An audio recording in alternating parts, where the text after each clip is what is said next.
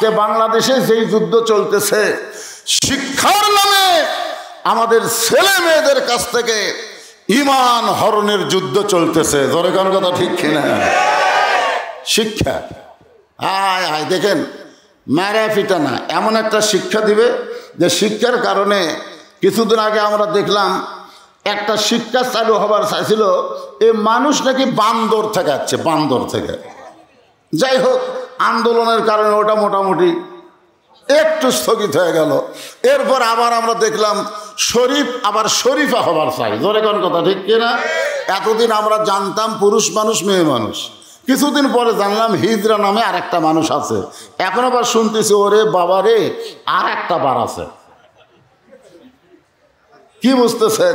আজকে আবার অনলাইনে দেখলাম ক্লাস 7 ক্লাসে ইসলাম ধর্মের মধ্যে হিন্দু করে পূজার ছবি দিতেছে। এই যে আমাদের শিক্ষা নিয়ে টালবাহানা করতেছে, খুব খেয়াল করা লাগবে। আমাদের ঈমান হরণের যুদ্ধ চলতেছে। আমাদের ছেলেরা যুবকের এমনি তো মোবাইল পায়া নষ্ট হয়ে গেছে, এদেরকে আরো নষ্ট করার জন্যে নানা ধরনের ষড়যন্ত্র চলতেছে।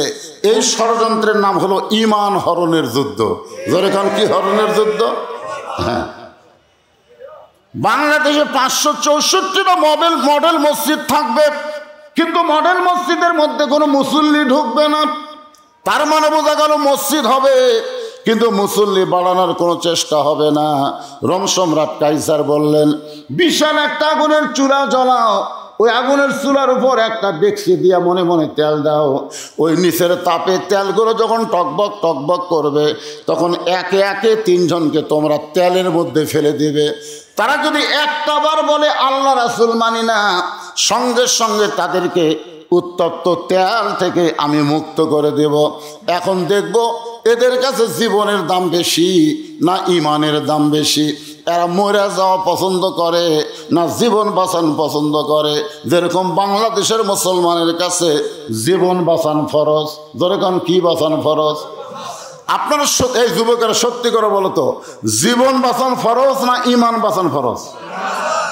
যদি ঈমান বাঁচান ফরজ হতো, তাহলে বাতিলের সঙ্গে আমরা আপোষ করতাম না, হকের পক্ষে লড়াই করে আমরা জীবন দিতাম। জোরে কোন কথা ঠিক কিনা? আজকে আপনারা কার সাথে আপোষ করছেন? আমি বাতিল বাতিল বলতেছি, কারণ নাম ধরার দরকার নেই। এখানে অ্যাঙ্গেলে ওয়াজ হবে, ডাইরেক্ট কোনো কথা হবে না। জোরে কোন কথা ঠিক কিনা? বুঝবার পারেন পারেন, না পারেন চুপ করে থাকেন। একটু মনোযোগ দিয়ে শুনবেন। 3 মুসলমানের মধ্যে একজন মুসলমানকে ওরা 3 ভাই, কুল্লু মুসলিমন ইখওয়া, প্রত্যেকটা মুসলমান কি ভাই ভাই। ছোট জনকে বলতেছে, আগে তোমাকে আগুনের চুলার মধ্যে ফেলে দেওয়া হবে। তুমি যদি একটা বার বলো আল্লাহ রাসূল মানি না, তাহলে সঙ্গে সঙ্গে তোমাকে মুক্ত করে দেওয়া হবে। এখন বলো তোমার ঈমান বাঁচাবে না তোমার জীবন বাঁচাবে? ছোট ভাই বড় ভাইয়ের কাছে, মেজো ভাইয়ের কাছে বলতেছে, ভাইজান খালি মুখে মুখে বলবো আল্লাহ রাসূল মানি না, মুখে মুখে বলবো আল্লাহ রাসূল মানি না, কলিজার মধ্যে তো আল্লাহ রাসূল আছেই, খালি ওই বাঁচার জন্যে বলবো আল্লাহ রাসূল মানি না।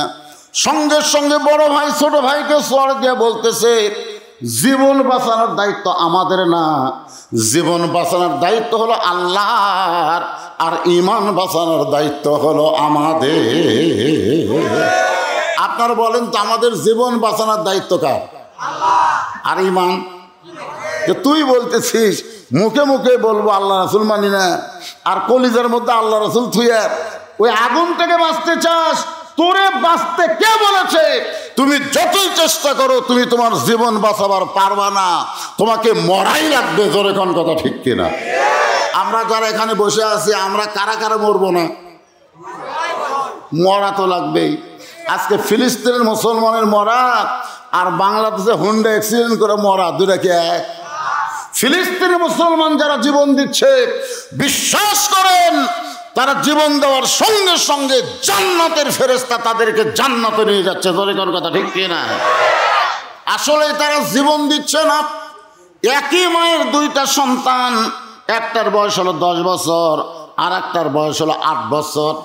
মা বলেছে তোদের কোনো অস্ত্র নাই, 2 টুকরা পাথর নিয়ে ইসরায়েল ইহুদি সৈন্যর গায়ে তোরা পাথর মার। এ কয়েকদিন আগের ঘটনা, 2 ভাই 2 ইসরায়েল ইহুদির কাছে গায়ে মারছে। ওদের গায়ে পাথর লাগে নাই, কিন্তু ওরা গুলি করেছে। ওই গুলি করার কারণে এক ভাই সঙ্গে সঙ্গে মারা গেছে, আর এক ভাইয়ের একটা হাত দেহ থেকে খসে গেল। কিছুক্ষণ পরে তাদেরকে হাসপাতালে যখন নিয়ে যায়, এই খবর শোনার পরে মা হাসপাতালে দেখতে গেছে। যেই ভাইটা দুনিয়া থেকে বিদায় হয়ে গেল, তার কপালে মা চুমা দিয়ে বলতেছে আলহামদুলিল্লাহ, আলহামদুলিল্লাহ, আলহামদুলিল্লাহ। আর যে ভাইটা হাত চলে গেছে এখনো জীবন আছে, তার কপালে মা চুমা দিয়ে বলতেছে ইন্না লিল্লাহ, ইন্না লিল্লাহ, ইন্না লিল্লাহ। সাংবাদিক প্রশ্ন করে, মা আপনি কি পাগলি হয়ে গেলেন? যেই সন্তান আপনার মারা গেল সেখানে ইন্না লিল্লাহ না বলে যে সন্তান জীবিত আছে সেই জায়গায় ইন্না লিল্লাহ বলতেছেন। মা মুচকি মুচকি হাসের কয়, তোমরা বলতেছো আমার সন্তান মারা গেছে, কিন্তু আল্লাহর কোরআন বলতেছে আমার সন্তান চিরজীবন লাভ করেছে। ওয়ালা তাকুলু লিমান ইউকতালু ফি সাবিলিল্লাহি আমওয়াতুন বাল আহইয়াউ ওয়ালাকিন লা তাশউরুন। আল্লাহ রাস্তায় যারা জীবন দেয় তাদেরকে তোমরা মৃত্যু বলো না, আমরা বলতেছি আল্লাহ বলতেছে তারা জীবিত। মুচকি হাসের কয়, একটা হলো বঙ্গবন্ধু শেখ মুজিবুর রহমান, একটা জিয়াউর রহমান, একটা জিল্লুর রহমান। যারা ক্ষমতা থাকতে মারা যায় তাদের কাছে প্রাণ ভিক্ষা কোনো মুসলমান চাইতে পারে না। উকিল বলতেছে এই গোয়ার্কির কারণে আপনার ফাঁসি হবে, আসামি বলতেছে আমার ফাঁসি হবে কিন্তু আমার মৃত্যু হবে না। আল্লাহর পথে যাদেরকে হত্যা করা হয় আল্লাহ বলতেছে তারা অমর হয়ে যায়। লিল্লাহে তাকবীর। 3 ভাইয়ের মধ্যে এক ভাইকে ধরে নিয়ে আসে আগুনের চুলার মধ্যে যখন ফেলে দিচ্ছে, বড় 2 ভাই চোখ বন্ধ করেছে। বড় 2 ভাই চোখ বন্ধ করেছে।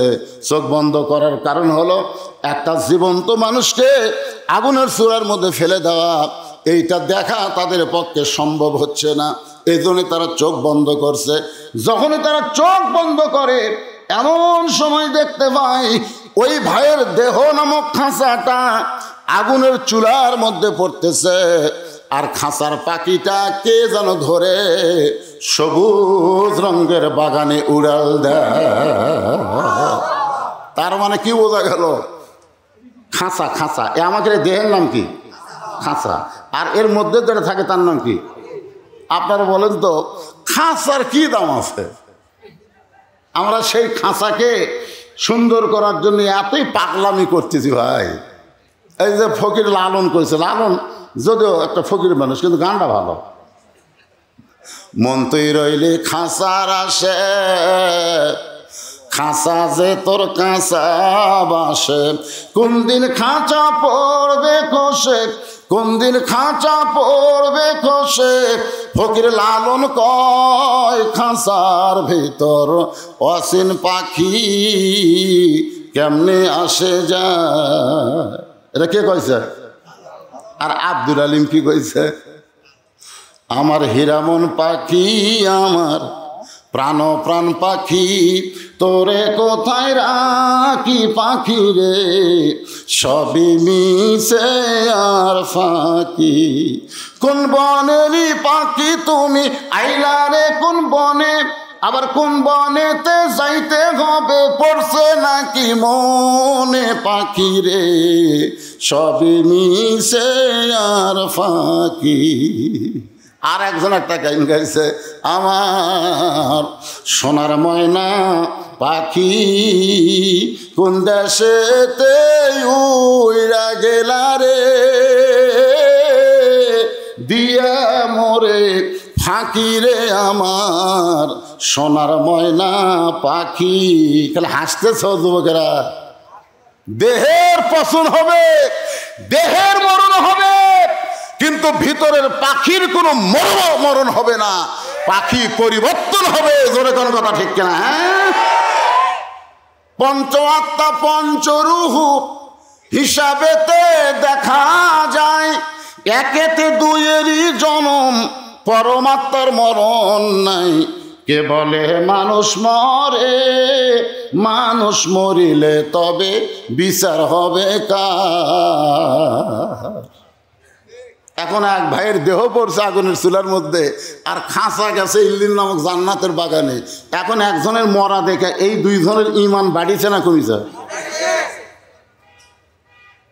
আমাদের বাংলাদেশে এক মুসলমান বাতিলের বিরুদ্ধে লড়াই করে শহীদ হলে আরো মুসলমানের ঈমান বেড়ে যাওয়ার কথা, কিন্তু আমরা রাস্তা বাদ দিয়ে ঘরের মধ্যে শুয়ে থাকি। মুরব্বীদের বলতেছে না, যুবকের আমার সঙ্গে একটু গান গাও। ঈমানের দাবি যদি কুরবানি হয়, সেই দাবি ঘরে বসে থাকা নয়। ঘরে বসে থাকা। ঈমানের দাবি হলো কিছু বিনিময়, সেই বিনিময় যদি কলিজার ঘাম হয়, সেই ঘাম দিতে যেন তৈরি থাকি। ওগো দয়াময় আমার আল্লাহ দয়াময়। ঈমানের দাবি হলো অগ্নিশিখা, বাতিলের বিরুদ্ধে জ্বলতে শিখা। ঈমানের দাবি কি? আর আমাদের ঈমানের দাবিতে আলুর বাগড়ের মধ্যে ঘুম পাড়তেছে। একজন আবার মাটির গর্ত বানাচ্ছে ভাই, কব্বরে লাগান, ওটি খেয়ার খুঁট দিয়ে কম্বল পাড়ে ল্যাপ নিয়ে আসার কয়, পুলিশ রে যতই চেষ্টা করো ভোটের আগে আমাকে ধরে পারবো না। আল্লাহ কয়, আজরাইল যাতো পুলিশের পোশাক পরার কাছে যাতো। তা আজরাইল পুলিশের পোশাক পরাকে ডাকতেছে, কেন ভাই খবর কি? ওই লাভদাটাকে হাই হাই হাই, এই জায়গায় তুই কেমনি খবর পেলি? আমি পুলিশ না ভাই, আমি আজরাইল রে। তখন কান দেয়ার কয়, ভাই রে বর্তমান বাংলাদেশে পুলিশ ধরার টেনশনে আজরাইল ধরার কথা আমার মনেই রে। বর্তমান বাংলাদেশে পুলিশ ধরার টেনশনে আজরাইল ধরার কথা মনেই নাই।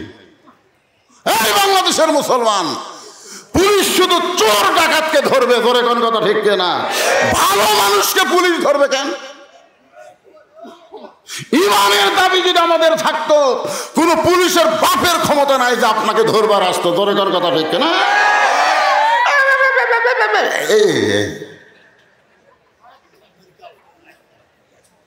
ঈমানের দাবি হলো, সবাই কন, ঈমানের দাবি হলো অগ্নিশিখা, বাতিলের বিরুদ্ধে জ্বলতে শিখা। সে আগুনে জ্বলে জ্বলে দিব ঈমানের পরিচয়। ঈমানের দাবি ঘরে শুয়ে থাকেন, ঘরত শুয়ে থাকেন। মা কইছে বেড়া যাস না বাবা, বেড়া জঙ্গল রে, জঙ্গলের বাঘ তো ধরবি, যাস না। এমন ভয় দেখাচ্ছে বুঝলেন, ছেলে আর বাহিরে যায় না, বাহিরে গেলে বাঘ ধরবি। কিন্তু জঙ্গল বাড়তে বাড়তে বাড়তে বাড়তে এদের ঘরে জানলা পর্যন্ত আসছে। জানলাতে এখন বাঘ আসে, ছেলে বলতেছে মা আপনি আমাকে বাইরে যাইতে নিষেধ করলেন, এখন জঙ্গল জানলার কাছে এসে বাঘ তো জানলা থমকি মারতেছে। তখন মা কান্দার কয়, বাজান আমি বড় ভুল করছি, তোকে বলা লাগতো বাইরে যারে, বাইরে যারে, তবে খালি হাতে যাস না রে, দাও কুড়াল নিয়ে যাও, জঙ্গল কাটা সাফ কর। ধরে কোন কথা ঠিক কিনা? আজকে আপনাদের সন্তানদেরকে বলেন না যে ঘরের মধ্যে বন্দি থাক, বরং বাহিরে যত জালেম আছে, জুলুম আছে, এদের কেটে ছারখার করে দেওয়া লাগবে। ধরে কোন কথা ঠিক কিনা? আজকে ফিলিস্তিনের মায়েরা বলতেছে আমরা কোনো সন্তান জন্ম দেই না, আমরা মুজাহিদের জন্ম দেই। আর আমাকেও ঘোবার মায়ের কিচ্ছা শুনে শুনে আমাকে সন্তানগুলো শেষ, আর এখন ভাত খায় না, মোবাইল চালু করে ভাত কিনে, মোবাইলের গেম দেয়, গেম দেখে আর ভাত খায়। ওই কি হবি? যাই গেম দেখে দেখে ভাত খায়, ওই শালা বড় হলে কি হবি? ভাত খাবার চায় না, খাবার দিবেন না, খিদে লাগলে এমনি খাবি। ধরে কোন কথা ঠিক না? খাই না, জোর করে খেলে লাগবে কারা? ছোটবেলা দেখছি আমাকে আমার বাপ বলতো, খিদে লাগছে, গামছার মধ্যে এক টোপলা মুড়ি গলার সাথে বান্ধা দিতে, খা মুড়ি খা। তারপরে যদি আব্বু খিদে লাগছে এক গামলা পান্তা দিলে খা, পেঁয়াজ দিয়ে মেখে খা। খাইয়া খাইয়া দেখছেন সাইজ, আর এই শালারা মোবাইল থেকে ভাত খায়। পঙ্গু হয়ে যাবি, পঙ্গু। বাতিলের বিরুদ্ধে ওরা যুদ্ধ করবে না, বরং বাতিলের পক্ষে, হকের বিপক্ষে ওরা লড়াই করবে। জনগণ কথা ঠিক কিনা? এই জন্য একটু মনোযোগ দিয়ে শুনবেন। ইন্নাল্লাযীনা ক্বালু রাব্বুনাল্লাহু সুম্মা ইসতাকামু তাতানাজ্জালু আলাইহিমুল মালাইকা আল্লা তাখাফু ওয়া লা তাহজানু ওয়া আবশিরু বিল জান্নাতিল্লাতী কুনতুম তুআদুন। রোম সম্রাট কইলেন আর একজনকে আগুনের দিকে নিয়ে যাও। যে আগুনের চুলার দিকে নিয়ে যাচ্ছে ও নিজে বীরের মতন হেঁটে হেঁটে রওনা দিয়েছে। রোম সম্রাট কাইসার কয় আজকের যুদ্ধের নাম হলো ঈমান হরণের যুদ্ধ, কিন্তু যেইভাবে ঈমান নিয়ে আগুনের চুলার মধ্যে ঝাঁপ মারতেছে আজকের যুদ্ধে মনে হয় আমার পরাজয় হতে যাচ্ছে। দ্বিতীয় ভাই যখন আগুনের চুলার মধ্যে ঝাঁপ দিল, এবার একজন ভাই চোখ বন্ধ করে তাকায় দেখে খাঁচাটা আগুনের চুলার মধ্যে পড়লো, আর পাখিটা ইল্লিন নামক জান্নাতের বাগানে উড়াল দিল। আপনারা বলেন তো, দুই ভাই যখন জান্নাতে গেল, আর এক ভাই জান্নাতে যাওয়ার জন্য প্রতিযোগিতা কমবে না বাড়বে? রোম সম্রাট মাথার চুল টেনে বলতেছে জীবনে বহু যুদ্ধ করলাম, কোন যুদ্ধে তো পরাজিত হই নাই, কিন্তু আজকে ঈমান হরণের যুদ্ধে আমি মনে হয় পরাজিত হতে যাচ্ছি। দুইজন তো চলে গেল, এ তো যাওয়ার জন্য লাফালাফি করতেছে, এখন কি করব? আজকের যুদ্ধে আমার পরাজয় হচ্ছে, ঈমান হরণের যুদ্ধে আমি জয়লাভ করলাম না। এমন সময় খ্রিস্টান পাদ্রী বলে জাহাফনা, ঈমান হরণের যুদ্ধে যদি আপনি জয়লাভ করতে চান তাহলে দুইজনকে আগুনে পুড়ে মারছেন, একে আগুনে পুড়া মারলে হবে না, এদের আগুনের চাইতে আরো পাওয়ারফুল আগুন এর জন্য ব্যবস্থা করা লাগবে। রোম সম্রাট কাইসার কয় পাদ্রী রে, তুমি কি পাগল হয়ে গেলে? যে আগুন জ্বলতেছে আর চাইতে পাওয়ারফুল আগুন আবার কোথায় আছে? পাদ্রী বলতেছে আমার বাড়িতে আছে, আমার বাড়িতেই এই আগুনের চাইতে একটা পাওয়ারফুল আগুন আছে। সে আগুনের বয়স হলো 17 বছর। জোরে বলেন কত বছর? সে আগুনের পাল্লায় এই মুসলমান যুবককে ফেলে দেওয়া লাগবে। রোম সম্রাট বললেন ও পাদ্রী, তুমি কি বলবার চাও পরিষ্কার করে বলো। বলে আমার ঘরে একটা সুন্দরী মেয়ে আছে, একটা যুবককে যদি চরিত্র নষ্ট করতে চান, ঈমানকে নষ্ট করতে চান, তাহলে একটা মেয়ের পাল্লায় ফেলে দেওয়া লাগবে। যেই পাল্লা আসতেছে এই মাসের 14 তারিখ। ধরে বলেন কয় তারিখ? এই ফেব্রুয়ারি মাসের 14 তারিখে ভ্যালেন্টাইন ডে। আমাকে এলাকায় বুঝলেন সারা বছর কুত্তাক দেখা যায় না, কিন্তু আশ্বিন কাতি মাসে হাইরে প্রেম ভাই, কেন সারা বছর তোরা কুটি থাকিস রে? আশ্বিন কাতি মাসে ওরা জাগা বোঝে না। একেবারে আমি যে মসজিদে নামাজ পড়াই, ওই মসজিদের সামনে 2 কুত্তা লেগে গেছে।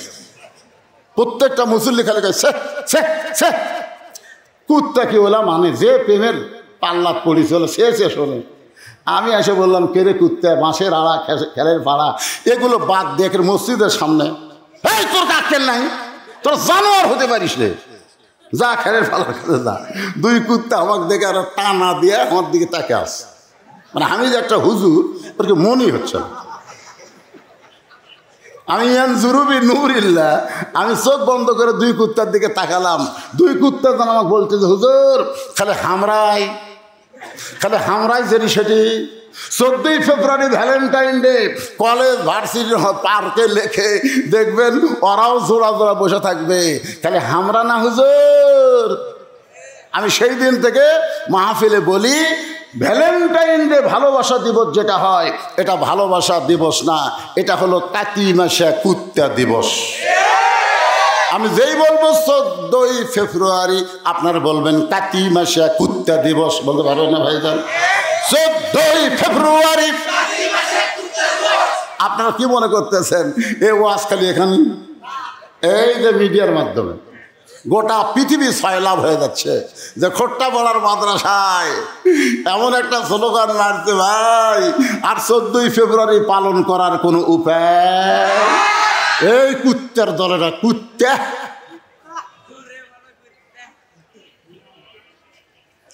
একটু মনোযোগ দিয়ে শুনবেন। আমার বাড়িতে 17 বছর একটা সুন্দরী মেয়ে আছে, পরিমণি। জোরে কোন কি মণি? এই পরিমণির পাল্লায় এই যুবককে যদি ফেলে দেওয়া হয়, একটা যুবক একটা সুন্দরী মেয়ের পাল্লায় পড়লে তার ঈমান যাবে, চরিত্র যাবে, জীবন যাবে, ধ্বংস হবে। জোরে কোন ঠিক কথা কন না কেন? অনেকদিন আগে একটা গান শুনছিলাম, দুই একটা গান কই কি করবে। রূপে আমার আগুন জ্বলে, শুনছেন আপনারা?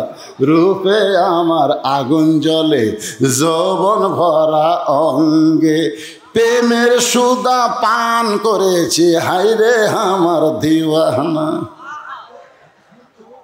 ওই চুলার আগুনের চাইতে একটা বেপরদা সুন্দরীর আগুন আমাদের অনেক যুবকদেরকে নষ্ট করতেছে। জোরে কোন কথা ঠিক না? আল্লাহর একজন মস্ত বড় ওলি বাইজিদ বোস্তামি, নাম শোনেন নাই? উনি একদিন হুজরাখানাতে এসে দেখে তার কতগুলো মুরিদ জিকির করতেছে, নাউজুবিল্লাহ নাউজুবিল্লাহ নাউজুবিল্লাহ। বাইজিদ বোস্তামি কই, কে রে? আল্লাহ আল্লাহ বাদ দে, নাউজুবিল্লাহ জিকির কেন? বাইজিদ বোস্তামি বললেন, কে রে, এই আল্লাহ আল্লাহ সুবহানাল্লাহ আলহামদুলিল্লাহ আল্লাহু আকবার এই জিকিরগুলো বাদ দেয়, নাউজুবিল্লাহ জিকির কেন? তখন বলে, হুজুর আমরা করতেছি, আপনি ঘটনা শুনলে আপনিও করবেন। বলে কি ঘটনা? বলে বাগদাদ শহরের পশ্চিম এলাকায় একটা সুন্দরী মেয়ে, 18 বছরের একটা সুন্দরী মেয়ে ঘর ভাড়া নিয়ে দেহ ব্যবসা করতেছে, আর ওই মেয়ের পাল্লায় শত শত যুবক তাদের চরিত্র নষ্ট করতেছে। এই জন্যে আমরা নাউজুবিল্লাহ জিকির করতেছি। বাইজিদ বোস্তামি বললে, তোমরা শুধু এই কয়জন না, টঙ্গীর ইজতেমায় যত হুজুর যাবি সবাই যদি নাউজুবিল্লাহর জিকির করে, বাংলাদেশের বেপর্দা নারী থেকে আমাদের যুবকদেরকে বাঁচানো যাবে না। যাবে? যাবে? 1 কোটি লোক যদি আল্লাহ আল্লাহ জিকির করে, আর সাইড দিয়ে সব হাফ প্যান্ট কিনতে ঘুরতেছে মেয়ে মানুষ, কি বাতি জ্বললে সেখানে অন্ধকার থাকবে না। আল্লাহর কোরআন হচ্ছে আলো। এই কোরআন যখন বাংলার জমিনে জ্বলবে, জালিমের কোনো জুলুমের কোনো অন্ধকার থাকবে না। জোরে কোন কথা ঠিক কিনা? ওজি সাহেব কি কয়ে গেল? ওজি সাহেব কি করলো? বিদায় হজের খুতবায় রাসূল বলেছেন, দুটা জিনিস আমার ধরো, দুটা, একটা কোরআন, একটা তার জীবন আদর্শ। এই দুইটা বাদ দেয়া যতই মুরব্বী মানে কাম করো, অন্যায় অপকর্মতে ভরা যাবে। আখিরি মোনাজাতে সুদারু ঘুষারু যায় 2 হাত তুলবে। জোরে কার কথা ঠিক কিনা? আখিরি মোনাজাত হবে না? তখন যারা সুদ খায়, ঘুষ খায়, ওরা 5 গাড়ি নিয়ে দেয়,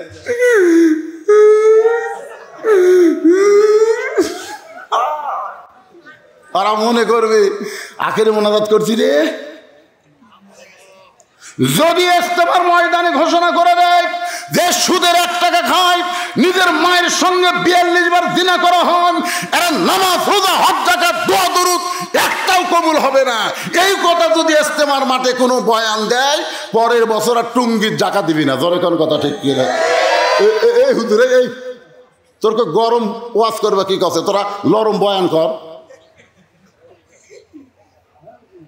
কি মনে করতেছেন? আল্লাহর বান্দার একটু মনোযোগ দেন। বাইজিদ বোস্তামি বললেন, তোমরা শুধু নাও, পৃথিবীর সমস্ত মুসলমান একত্র হয়ে যদি নাউজুবিল্লাহর জিকির করো, ওই খারাপ মেয়ের হাত থেকে ওই যুবকদেরকে বাঁচানো যাবে। আরো ধরে কোন যাবে? ওইখানে পেশাব করছে, ওই জায়গায় পেশাব করছে, ওটা দেখেছে খাড়া হয়ে পেশাব করছে, ওটা দেখে মসজিদের বারান্দা করছে নাউজুবিল্লাহ নাউজুবিল্লাহ। আর এক মুরব্বী কয়, কি হয়েছে? বলে ডানা এক কুত্তার মতন পেশাব করতেছে, নাউজুবিল্লাহ নাউজুবিল্লাহ। আর একজনকে কি হয়েছে? কয় একটা ছেলে খাড়া হয়ে পেশাব করতেছে, নাউজুবিল্লাহ নাউজুবিল্লাহ। আপনার বলেন তো, ওই বসবি? কোন ওই জীবনে বসবে? কারণ যেটি পেশাব করতেছে উঠি নাউজুবিল্লাহ নাই, সাইডে যে নাউজুবিল্লাহ করতেছে। যুবক যে মুরব্বী দেখছে, ও যদি আস্তে বিলাইয়ের মতন যাইতো, ইন্দুর যেমন বিলাই ধরে, ওর পাশে যায় নাউজুবিল্লাহ, ওই এত জোরে সেন্টান তো চামড়া আটকে যেত। জোরে কোন কথা ঠিক কিনা? যেটি মানা লাগবে সেটি না মারা সাইডে মারতেছে। বাইজিদ বোস্তামি বললেন, শুধু তোমরা না, পৃথিবীর সমস্ত মুসলমান যদি নাউজুবিল্লাহর জিকির করে, ওই খারাপ মেয়ের হাত থেকে যুবকদের বাঁচানো যাবে না। মুরিদগুলো বলে হুজুর তাহলে কি করা লাগবে? বাইজিদ বোস্তামি বললেন ওই খারাপ মেয়েটার কাছে যাওয়া লাগবে, ওই খারাপ মেয়েটার কাছে যাওয়া লাগবে। সমস্ত মুরিদ বলে হুজুর ভালো মানুষ কোনোদিন খারাপ জায়গাত যায় না, ভালো মানুষ কোনোদিন খারাপ জায়গাত যায়। কথা কন না কেন? ভালো মানুষ কোনোদিন খারাপ জায়গাত যায় না। না না, ভালো মানুষ যদি খারাপ জায়গায় না যায় তাহলে আমি জীবনেও চেয়ারম্যানের দাঁড়াবার পারবো না। কারণ দাঁড়াবার গেলেই নাউজুবিল্লাহ হুজুর খবরদার, আপনি চেয়ারম্যানের দাঁড়ান না। ইউনিয়ন পরিষদ ভালো নাই হুজুর, ইউনিয়ন পরিষদ ভালো রে, উপজেলা পরিষদ ভালো রে, সংসদও ভালো রে, কিন্তু আমরা ভালো মানুষকে না পাঠায়া চোর ডাকাতকে পাঠাচ্ছি, এই কারণে জায়গাটা নষ্ট হয়ে যাচ্ছে। ধরে কথা কর না কেন? আর যে লোকটা সুদ খায় আপনি হালাল সুদের সাথে মিল দেন, মিল দেওয়ার পরে ওরে বুঝেন যে সুদ খালে তোর কি পাপ হয়। আপনি ওরে না বুঝাই বলতেছেন ভাই সুদের সাথে আমার কোনো আত্মীয়তা নেই, তাহলে জীবনে ভালো হবে? বাইজিদ বোস্তামি বললেন ওই খারাপ মেয়েটার কাছে যাইতে হবে। সমস্ত মুরিদ বলে হুজুর কে যাবে? বাইজিদ বোস্তামি বলতেছেন কেউ যদি না যায় তাহলে আমি যাব। যেই বলছে আমি যাব, সমস্ত মুরিদ জোড়হাত করে বলে হুজুর আপনি আল্লাহর ওলি হয়ে ওই খারাপ মেয়েটার কাছে যাবেন না। বাইজিদ বোস্তামি বললেন আমি একলা যাব না, আমি যাওয়ার সময় দুইটা পাওয়ার নিয়ে যাব। আমি একলা যাব না, আমি যাওয়ার সময় দুইটা পাওয়ার নিয়ে যাব।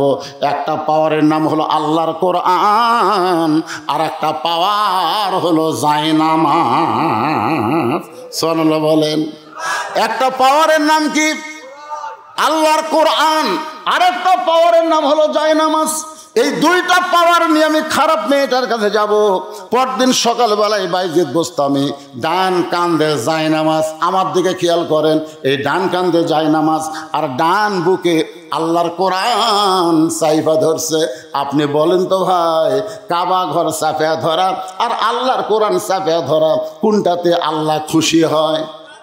এ তোর কান কোনটাই? কাবা ঘরের কোনো পাওয়ার নাই। যখন নবী হিজরত করে মদিনাত গেছিল, কাবা ঘরের দরজা খুলে দেখে 360টা মূর্তি।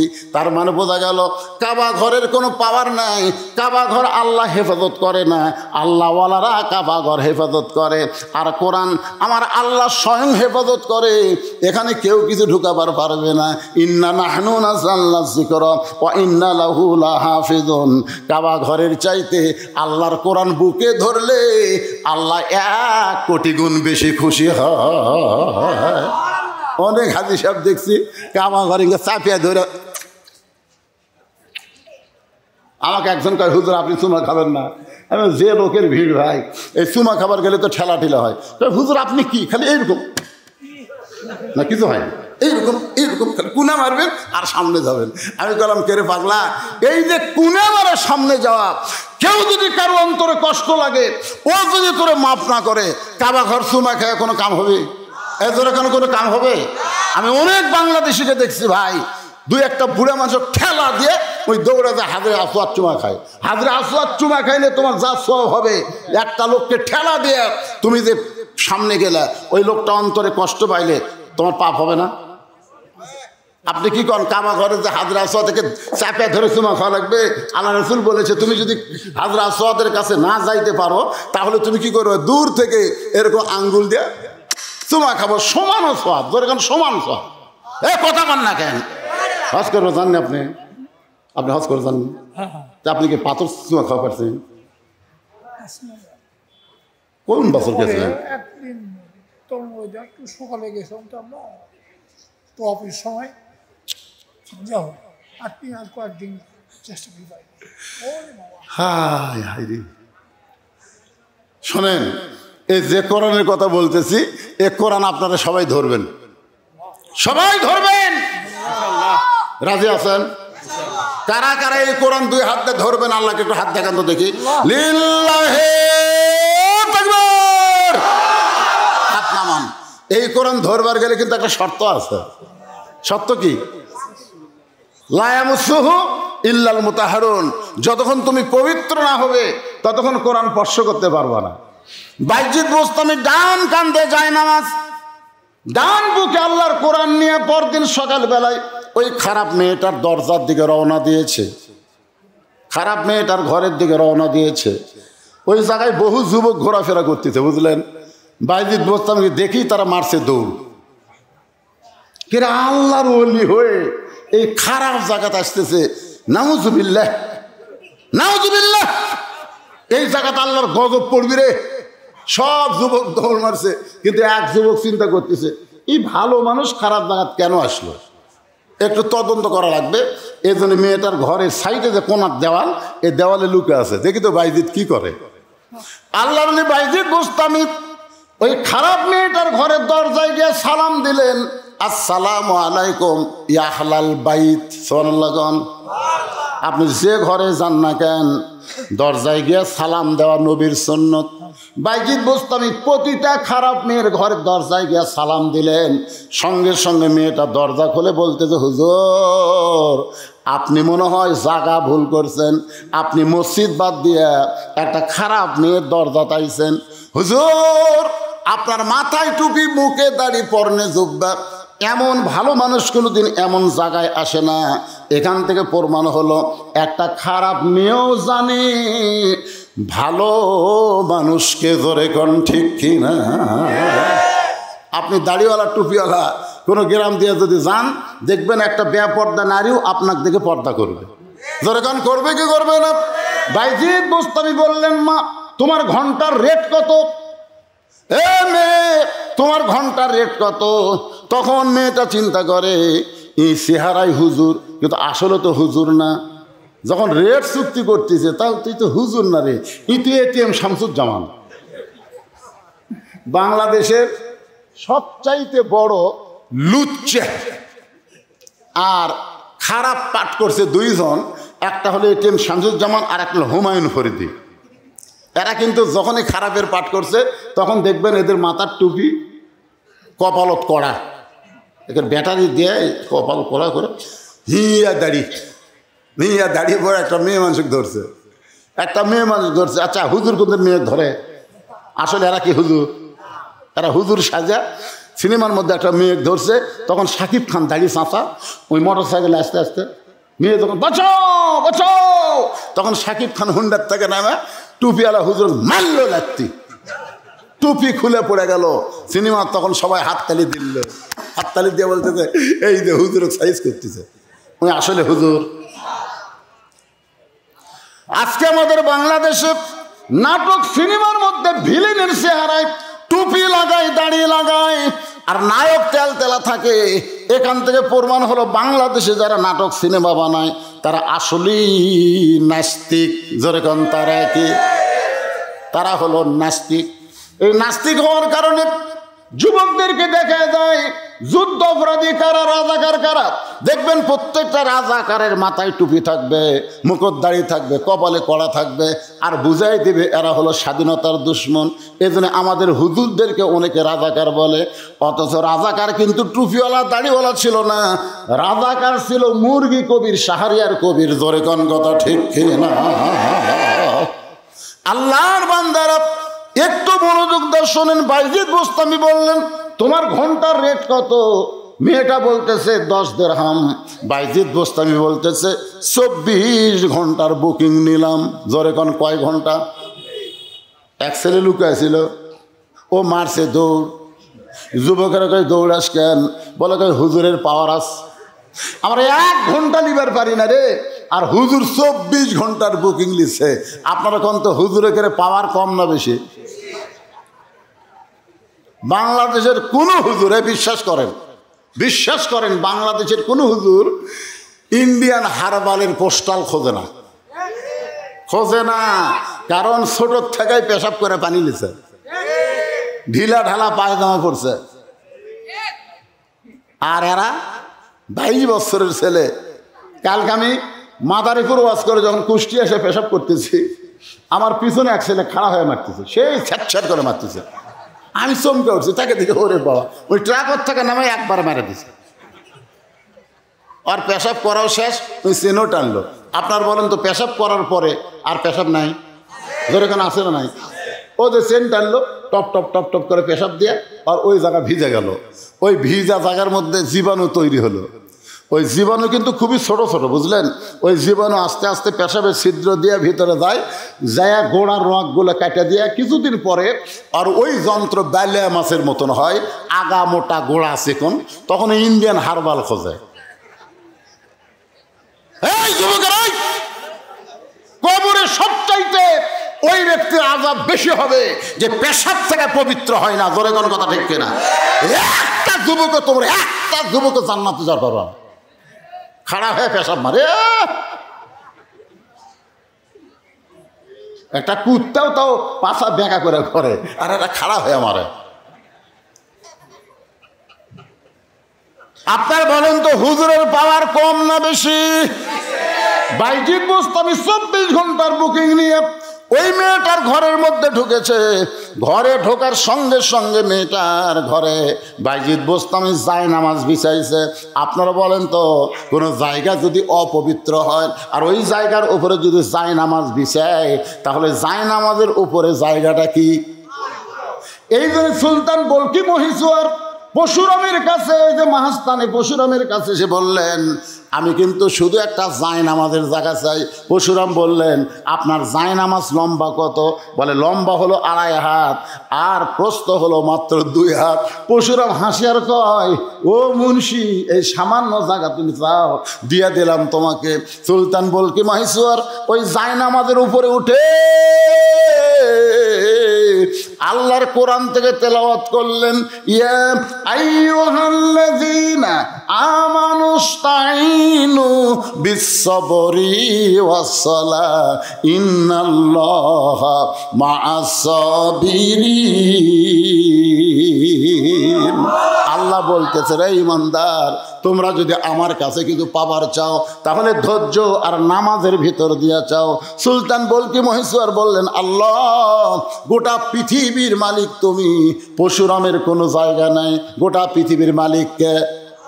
তাহলে পড়েন, তাবারাকাল্লাযী বিয়াদিহিল মুলকু ওয়া হুয়া আলা কুল্লি শাইইন কাদির। গোটা পৃথিবীর রাজত্ব, কর্তৃত্ব, মালিকানা কার হাতে? সমস্ত ক্ষমতার মালিককে। বিসমিল্লাহ বলা বারসে থাবা, বিসমিল্লাহ বলে এক থাবা মারছে, জায়নামাজ 6 হাত হয়ে গেছে। সুলতান বলকি কয়, হুজুর, এই 2 হাত 2.5 হাত, একবার 6 হাত, বেশি কথা বললে আর একটা মারবো। আপনারা কি বলতে চাচ্ছেন? জায়নামাজের পাওয়ার নাই? জোরে কোন আছে না? না, ওই পতিতার ঘরে, খারাপ মেয়ের ঘরে বাইজিদ বোস্তামি জায়নামাজ বিছায়া 4 রাকাত সালাতুল হাজত নামাজের নিয়ত করছেন। সালাতুল হাজত শব্দের অর্থ হলো উদ্দেশ্য পূরণের নামাজ। জোরে কোন কি পূরণ? উদ্দেশ্য পূরণের নামাজের মধ্যে সূরা ফাতিহা পড়তেছে। সূরা ফাতিহার মধ্যে বলা হচ্ছে, ইয়্যাকা না'বুদু ওয়া ইয়্যাকা নাস্তাঈন ইহদিনাস সিরাতাল মুস্তাকিম সিরাতাল্লাযীনা আন'আমতা আলাইহিম গায়রিল মাগদুবি আলাইহিম ওয়ালাদ-দাল্লিন।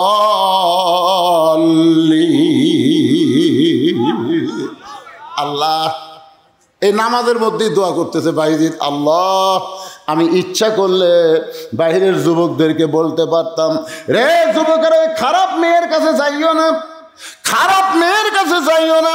একটা যুবককে বলতে আর একটা যুবক ঘরের মধ্যে ঢুকতো, কারণ যুবকেরা হলো 100 জোরে কোন কি? 100 যুবক একজনকে হেদায়েতের দাওয়াত দিতেই আর একজন খারাপ মেয়েটার কাছে ঢুকতো। এই জন্য বাহিরের কোনো যুবকদের কাছে আমি যাইনি আল্লাহ, আমি হেড অফিসের মধ্যে আইছি। কারণ একটা মেয়ে যদি ভালো হয় তাহলে 100 যুবক ভালো হতে বাধ্য। জোরে কোন ঠিক কিনা? বাংলাদেশের একটা পরিমণি 1 কোটি যুবকের স্বপ্ন দোষ করছে। জোরে কোন কি দোষ? এই কথা কন না কেন? 1 কোটি পরিমণিকে 1 কোটি, কিন্তু ওই যে গামছা দেন, সেদিন দিয়েছে গামছা দেন, তাহলে এই 1000 যুবক হেদায়েত দিবি না পরিমণি?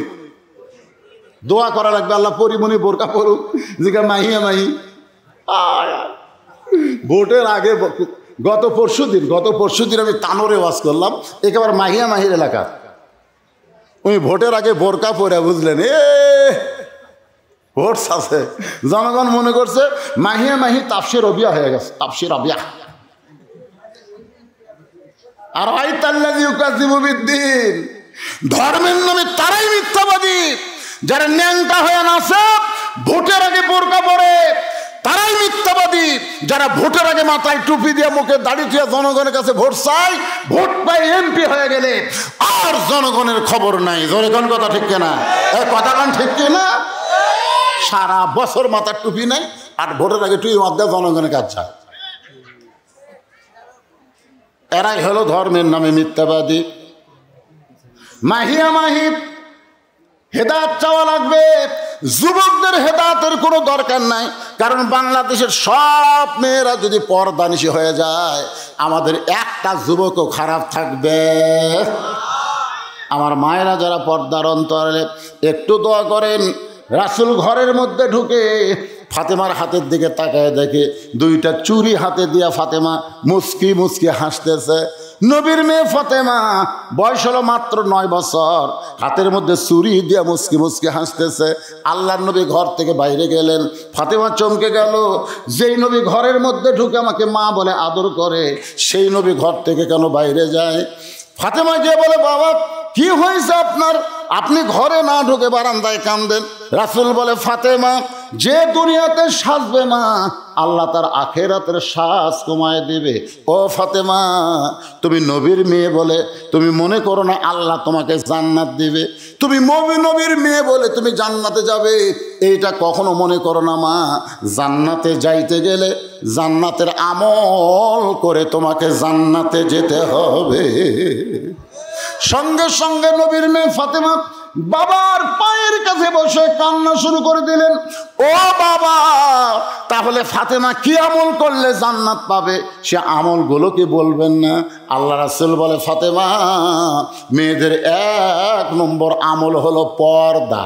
মেয়েদের 1 নম্বর আমল হলো পর্দা। ফাতেমা, পর্দা নিশি যদি তুমি হবার পারো, আল্লাহ তোমাকে শুধু জান্নাত দিবে না, জান্নাতি নারীদের নেত্রী বানায়া দিবে। সঙ্গে সঙ্গে 9 বছরের ফাতেমা, কয় বছর? 9 বছরের ফাতেমা বাবার সামনে মাথায় ঘোমটা দিলেন। ঘোমটা দিয়ে বললেন, বাবা এখন দেখেন তো আমার কি পর্দা হয়েছে? রাসূল বলে, ফাতেমা, বাপের কাছে এমন পর্দা করা লাগবে না। যারা তোমাকে দেখলে তাদের মনের মধ্যে লোভ হবে, কামনা হবে, তাদের সামনেই তুমি পর্দা করবে। সেদিন থেকে ফাতেমা পর্দার ভিতরে ঢুকে গেলেন। এমনভাবে পর্দার মধ্যে ঢুকে গেলেন, গভীর রাত্রে একদিন হযরত আলীকে বুকের মধ্যে নিয়ে বলে, স্বামী গো, আল্লাহ পাক আমার দোয়া কবুল করেছে। আলী বলে, ফাতেমা কি দোয়া কবুল করলো? বলে, আমি দোয়া করেছি আল্লাহ যেন পর্দার মধ্যে আমার মৃত্যু দেয়। আল্লাহ আমার দোয়া কবুল করেছে, আমার মৃত্যুটা পর্দার ভিতরে হবে। তাহলে ফাতেমার কপালে চুমা দেখ, পাগলি রে, যে মেয়েটা সবসময় পর্দার মধ্যে থাকে সে তো পর্দার ভিতরেই মরবে। ফাতেমা বলে, স্বামী গো, সেই মৃত্যুটা কবে হবে আপনি কি শুনবেন না? আলী বলে, ফাতেমা, মানুষ কোনোদিন মরার কথা বলবার পারে না। ফাতেমা বলে, স্বামী গাছকে আল্লাহ জানাইছে গভীর রাত্রে আমার মৃত্যু হবে। যেই মাত্র বলেছে গভীর রাত্রে আমার মৃত্যু হবে, গাছের গোটা কাটলে গাছটা যেমন ঠাস করে পড়ে যায়, হযরত আলী তেমনি পড়ে গেলেন ঘরের মাঝায়। মা ফাতেমা স্বামীর মাথাখানা উড়াতে নিয়ে কপালে একটা চুমা দেয় আর মুস্কি মুস্কি হাসে। যেই মেয়েটা গভীর রাত্রে মারা যাবে সেই মুস্কি মুস্কি হাসতেছে। আলী বলে, ফাতেমা, আজকে রাত্রেবেলা তোমার মৃত্যু হবে আর তুমি এমন করে হাসতেছ। ফাতেমা বলে, স্বামী গো, এই দুনিয়া থাকার জায়গা না, এ দুনিয়া আসলে যাইতে হবে। আর যারা প্রকৃত মুসলমান তারা দুনিয়াতেই কষ্টকর মনে করে, মরার পরে আল্লাহ তাদের শান্তিময় আখেরাত দিয়া দেয়। সবাই আমার সঙ্গে পড়েন, বাল তুসিরুনাল হায়াতাদ দুনিয়া ওয়াল আখিরাতু খায়রু ওয়া আবকা। ওগো স্বামী, আমি মরে যাওয়ার পরে আমার 3টা চাওয়া আপনি পুরা করবেন। 1 নম্বর চাওয়া হলো আমার কোনো জানাজার ব্যবস্থা করবেন না। 2 নম্বর চাওয়া হলো আমার লাশটা খাটনিতে তুলবেন না। আমার 3 নম্বর চাওয়া হলো রাতের অন্ধকারে আমাকে কবর দেবেন, দিনের বেলায় কিন্তু আমাকে কবর দেওয়া চলবে না। হযরত আলী ফাতেমাকে জান্নাতুল বাকির পূর্ব কোণায় কবর দিয়া আল্লাহর কাছে দোয়া করতেছে, আল্লাহ ফাতেমার পর্দাকে তুমি কবুল করে নাও। এই দোয়া করার পরে তাকায় দেখে সামনে কয়েকটা পুরাতন কবর দেখা যায়। এই মাত্র ফাতেমার কবর দিল, সেই নতুন কবর আর দেখা যায় না। হযরত আলী নিজেই কবর দিয়ে নিজেই যখন কবর আর খুঁজা পায় না, গোটা জান্নাতুল বাকি দৌড়ায় আর বলে ফাতেমার কবর, ফাতেমার কবর। কে যেন ডাকতে বলে, আলী রে, ফাতেমা পর্দা নিশি, আমি আল্লাহ জোহরা ডিগ্রি দিয়া ফাতেমার কবরটাকে কিয়ামত পর্যন্ত পর্দা করে দিয়েছি। আমার মায়েরা যারা পর্দার অন্ত আছেন, মা এই ফাতেমার সামান্য ওয়াজ একটু আপনাদের শোনাই দিলাম, একটু মনোযোগ শোনেন। হযরত বাইজিদ বুস্তামি ওই পতিতার ঘরের মধ্যে দোয়া করতেছে, আল্লাহ এই মেয়েটা যদি ভালো হয়ে যায় তাহলে বাহিরের ছেলেরা ভালো। কথা কন না কেন? আপনাদের গ্রামে কি খারাপ মেয়ে বেশি থাকা লাগবে? একটা মেয়ে যদি খারাপ থাকে আপনাকে এই গ্রামে খোট্টা পাড়ার, একটা মেয়ের জন্য গোটা পাড়ার যুবকেরা খালি মিস কল মারবি। জোরে কোন কথা ঠিক করে? আমি ওই বাপকে বলবো, আপনি খেয়াল করে দেখেন তো আপনার মেয়ের খবর কি। মেয়ের বাপ কিন্তু জান্নাতি। আল্লাহ আমাকে 3টা মেয়ে দিছে। 3টে কয়টা? 3টা মেয়ে দিছে। আমার প্রথম মেয়ে হলো, আমার বউ কই দেখো তুমি আলেম মানুষ, প্রথম মেয়ে হয় আল্লাহর রহমত। পরে যখন আমার বউয়ের একটা বাচ্চা আসলো, আর বউ কই দেখো আল্লাহর কাছে কঠিন দোয়া করো, আল্লাহ যেন একটা পুত্র দেয়। আমি পেটও তাজার সাথে সাথে দোয়া দৌড়ে শুরু করলাম, দান সদকা শুরু করলাম, কিন্তু না, আল্লাহ আবার একটা মেয়ে দিল। বউ কয় হুজুর আপনার উপর আল্লাহর মন খারাপ। আমরা মোটামুটি একটা দম খেলাম 15 বছর। কয় বছর? 15 বছর দম খেলাম। তখন আমার বাপ মা হাঁক কয়, একেবারে তোর একটা ছেলে থাকলে এই মাদ্রাসা মসজিদ গুলায়। তা আমি কল আব্বা কি করি? তে বলতেছে মরদ মানুষ না, বাপ হয়ে বেড়াক আর কি করি, মানে বুঝতে পারছে আবার একটা চান্স লে। তখন আমি কইলাম আব্বা আমি লিজার লিখছি না, আমি আপনাকে মক্কা মদিনা নিয়ে যাবো, যে কয় জায়গার দোয়া কবুল হয় সেই কয় জায়গার দোয়া করবে। আমি বাপ মাকে সাথে করে মক্কা মদিনাত গেলাম।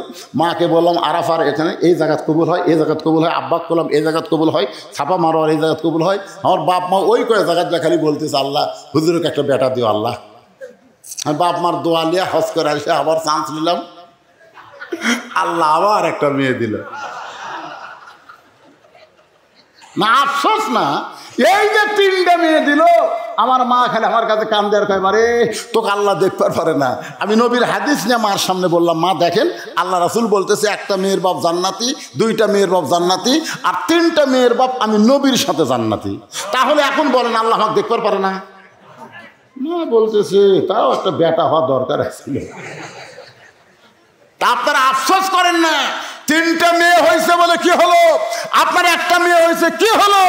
আপনার মেয়েটাকে আপনি পর্দার মধ্যে রাখেন, আপনার মেয়ের মাধ্যমে গ্রামের ছেলেরা নষ্ট না হোক, এইটা আপনার চাওয়া দরকার আছে না নাই? জোরে কোন আছে না নাই?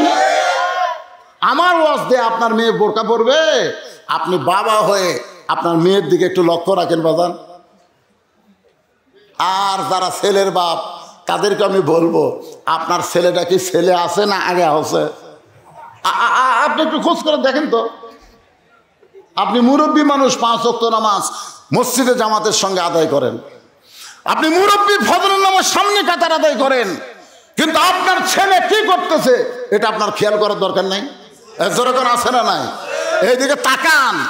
রাসূল বলেছে 7 বছর থেকে নামাজের তালিম দাও, আর 10 বছর থেকে ঘাড় ধরে জোর করে নামাজ পড়াও। আমি যদি আমার সন্তানকে 10 বছর থেকে নামাজ ধরাতাম, আজকে আমার ছেলে আর্জেন্টিনার সাপোর্টার হতো না, আমার ছেলে ব্রাজিলের সাপোর্টার হতো না, আমার ছেলে সৌদি আরবের সাপোর্টার হতো। জোরে কথা কন না কেন? যেদিন সৌদি আরবের কাছে আর্জেন্টিনা হেরলো, আমাদের এলাকার এক ছেলে পতাকা পুড়লো, এতে বিশ্বকাপ পতাকা পুড়ে। আমি কি হচ্ছে? আর্জেন্টিনা হেরিছে। কার কাছে? সৌদি আরবের কাছে হেরছে। তুই কান্দিস কে? তুই মুসলমান না? আর্জেন্টিনা খ্রিস্টান, সৌদি আরব হলো মুসলমান। মুসলমানের কাছে খ্রিস্টান হেরলে, মুসলমান যদি কান্দে, ওই কোন অবস্থায় মুসলমান নাই। জোরে কোন কথা কন না কেন? আমি এখানে খেলার সাপোর্টারের কথা বলতেছি না, কিন্তু একজন মুসলমানের বাচ্চা আপনি কি করে মেসির সাইজে চুল কাটেন, কি করে নেইমারের কাটিং দেন? আপনি জানেন মেসি নেইমার এরা ইসরায়েলের পক্ষে, এরা বাইতুল মুকাদ্দাস ধ্বংস করার পক্ষে। আপনি জানেন? আপনার ছেলের দিকে আপনি একটু খেয়াল রাখবেন। বাইজিদ বোস্তামি আল্লাহর কাছে কাঁদতেছে। 4 রাকাত নামাজ শেষ করার পরে দেখে মেয়েটা তখনও সাজতেছে, মেয়েটা তখনও কি করতেছে? বাইজিদ বোস্তামি দেখলো নামাজ দিয়া কাম হচ্ছে না, নামাজ দিয়া কি হচ্ছে না? হচ্ছে। আচ্ছা, নামাজ দিয়া যদি কাম না হয়, আপনারা বলেন তো আর একটা পাওয়ার আছে না নাই? এটা হলো শেষ পাওয়ার। হযরত বাইজিদ বোস্তামি ওই খারাপ মেয়েটার ঘরে আল্লাহর কোরআন তেলাওয়াত করলেন। সবাই মনোযোগ দিয়ে শুনবেন। ইন্নামাল মুমিনুনা আল্লাযীনা ইযা যুকিরাল্লাহু ওয়াজিলাত কুলুবুহুম ওয়া ইযা তুলিয়াত আলাইহিম আয়াতুহু যাদাতুহুম ঈমানাও ওয়া আলা রাব্বিহিম ইয়াতাওয়াক্কালুন।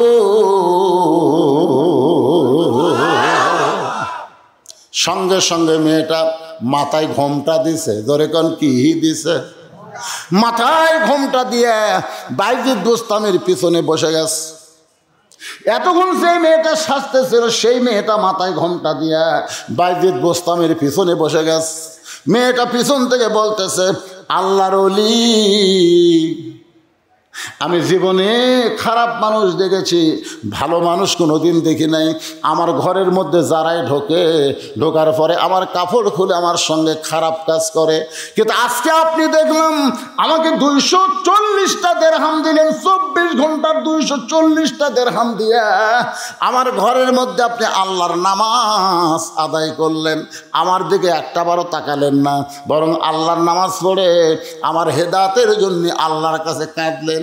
আপনি যখন আমার হেদায়েতের জন্য কাঁদেন, আমার তখন বড় রাগ হয়ে যায়, আমার বড় রাগ হয়ে যায়। ও আল্লাহর ওলি, আমি আপনাকে চিনি না, আপনার বাড়ি কোথায়, আপনার নাম কি? কিন্তু আপনি যখন এই কোরআন তেলাওয়াত করতেছেন, এই কোরআন তেলাওয়াত আমার কানের মধ্যে ঢুকে আমার কলিজার মধ্যে তরপড়ানি শুরু হয়েছে। ইজা যুকিরাল্লাহু ওয়াজিলাত কুলুবুহুম, আমার অন্তরের মধ্যে তরপড়ানি শুরু হয়ে গেছে। ও গো আল্লাহর ওলি, আপনি যখন কোরআন পড়েন, পতিতার ঘরে কোনোদিন কোরআন পড়া হবে এটা কল্পনা করি নাই। এখন আপনি বলেন আমার নানি পতিতা, আমার মা পতিতা, তো পাপীকে ঘৃণা করে না। সুবহানাল্লাহ কর না কেন? ও আর যারা শুনতেছেন, মাগরিব পড়েননি, এশা পড়েননি, না না অর্ধেক লয় যারাই আছেন, মাগরিবের নামাজও পড়েননি, এশার নামাজও পড়েননি, ফজরের আগে যদি আপনি মারা যান, আল্লাহ না করুক, যদি মারা যান, আপনার ঠিকানা কোথায়?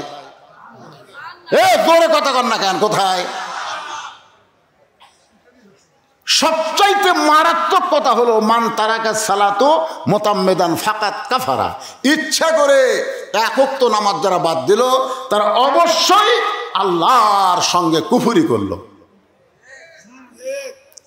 এখন আপনারা কি এরকম নিয়ত করতে পারেন যে হুজুর মাগরিব এসব পড়ি নাই, হুজুর আমরা বুঝবার পারিনি হুজুর, কিন্তু ফজর থেকে আমরা নামাজ শুরু করব, এই নিয়ত করার সাথে সাথে আপনি যত ওয়াক্ত নামাজ পড়েন নাই, এ না পড়ার সমস্ত পাপ আল্লাহ মাফ করে দেবে। তা কারা কারা ফজর পড়বেন আল্লাহকে একটু হাত দেখেন তো দেখি। টান টান করে তোলেন, কারা কারা ফজর পড়বেন? লিল্লাহে তাকবীর, হাত নামান। আচ্ছা, আপনারা যারা খাড়া হয়ে পেশাব করছেন, পেশাব করে পানি লাগনি, আপনারাও যে হাত তুললেন,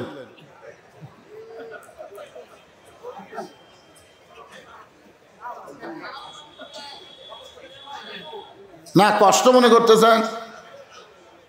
কষ্ট মনে করতেছেন? বর্তমান শীতের সময় আসসালাতু খায়রুম মিনান নাওম শোনার সাথে সাথে যেই যুবক বুকের উপর থেকে লেপ ফেলে দেয়, ঠান্ডা পানিতে অজু করে মসজিদে নামাজ পড়তে যায়, ফেরেশতা বলে আল্লাহ এই শীতের মধ্যে বুকের লেপ বুক থেকে ফেলে দিয়ে মসজিদে যাচ্ছে ঠান্ডা পানিতে অজু করে, এই যুবকের রেজাল্ট কি? আল্লাহ বলতেছে বদর যুদ্ধ যদি থাকতো এই যুবক বদর যুদ্ধের সৈনিক হয়ে যেত। তো যদি শরীর নাপাক থাকে, আপনি কাপড় খুলে ওই জায়গা পরিষ্কার করে নতুন আর একটা কাপড় পরে ফজর নামাজ আদায় করবেন, ইনশাআল্লাহ যেন কবুল করে। জোরে কোন আমিন। বাজান, পাদ্রী বলতেছে আমার 17 বছরের সুন্দরী মেয়েটার মধ্যে এই যুবককে যদি ছাইড়া দেওয়া হয়, আমার মেয়ের পাল্লাত পড়ে এই যুবক নষ্ট হয়ে যাবে। আর চরিত্র যদি নষ্ট হয় তাহলে জীবনের দাম বেশি হবে, ইমানের দাম কমে যাবে। আগুন জ্বলা দেখলে ও মরবার চাবে না, ও বাঁচার চেষ্টা করবে। রোম সম্রাট কাইসার বললেন ঠিক আছে, 40 দিনের জন্য এই যুবককে তোমার কাছে দিয়ে দিলাম। মনে আছে না ভুলে গেছেন? আয়াতে কারিমা তেলাওয়াত করতেছি, ইন্নাল্লাযীনা ক্বালু রাব্বুনাল্লাহু সুম্মা ইসতাকামু তাতানাজ্জালু আলাইহিমুল মালায়েকা আল্লা তাখাফু ওয়া লা তাহজানু ওয়া আবশিরু বিল জান্নাহ। কি শেষ করে দেব না? এই মাঝখান থেকে লোকগুলো ওটা শুরু করলো কেন?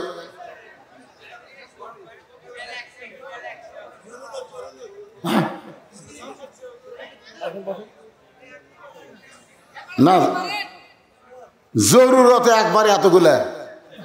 এরা ফজরের নামাজের কথা শুনে চুম করছে যে এইরকম ওয়াজ শুনে হুজুর যদি কিছুক্ষণ পরে শেষ করে দেয় তখন বাড়ির যা ঘুমালে তার ফজর হবি না রে। আসলে নিয়মই তাই, তারিখ পরিবর্তন হওয়ার সাথে সাথেই মাহফিলের মোনাজাত করা দরকার, এটা নিয়ম করা দরকার। আগেকার যুগে ফজর বলতে ওয়াজ হচ্ছে, জোড়া মাদেশায় দেখছি আমি, তারপরে আপনারও যে দমন পুকুর, তারপরে যে ফুলতলা, এগুলো মাদ্রাসায় সারা রাত ওয়াজ হচ্ছে, হয়নি? তখন ফুরফুরের হুজুররা আসতো, একই দিনে 6টা মাহফিল করতো, ওটি একটা করতো, ওটি একটা করতো, লাস্টে এসে মোনাজাত করতো। বুড়া তোরা ভাঙ্গাচুরা কয়েকটা লোক সামনে বসে থাকেন, দেখছি তো। তারপর হুজুর কিছু ফাতেমার বয়ান, আয়সার বয়ান, এগুলো বয়ান দিয়ে দিয়ে মোনাজাত করতো। কিন্তু এখন কি সেই যুগ আছে? এখন রাত 12টার মধ্যে ওয়াজ শেষ করবেন, চাঙ্গা ওয়াজ হবে। জোরে কোন কথা ঠিক কিনা? কারণ মানুষের মাথার মধ্যে একবার ঘুমের চাপ যদি আসা যায় ভাই, ঘুমের মধ্যে মানুষ কি করতে কি কয়। আল্লাহ রাসূল বলছে ঘুমের মধ্যে বউ তালাক দিলে বউ তালাক হয় না। হ্যাঁ, কেউ ঘুমাতে ঘুমাতে কয় তুই 14 তালাক, তালাক হবে। তাহলে এখন রাত 12টার পরে রাত 1টা পার হয়ে গেছে, 1টা পার হচ্ছে রে, 1:15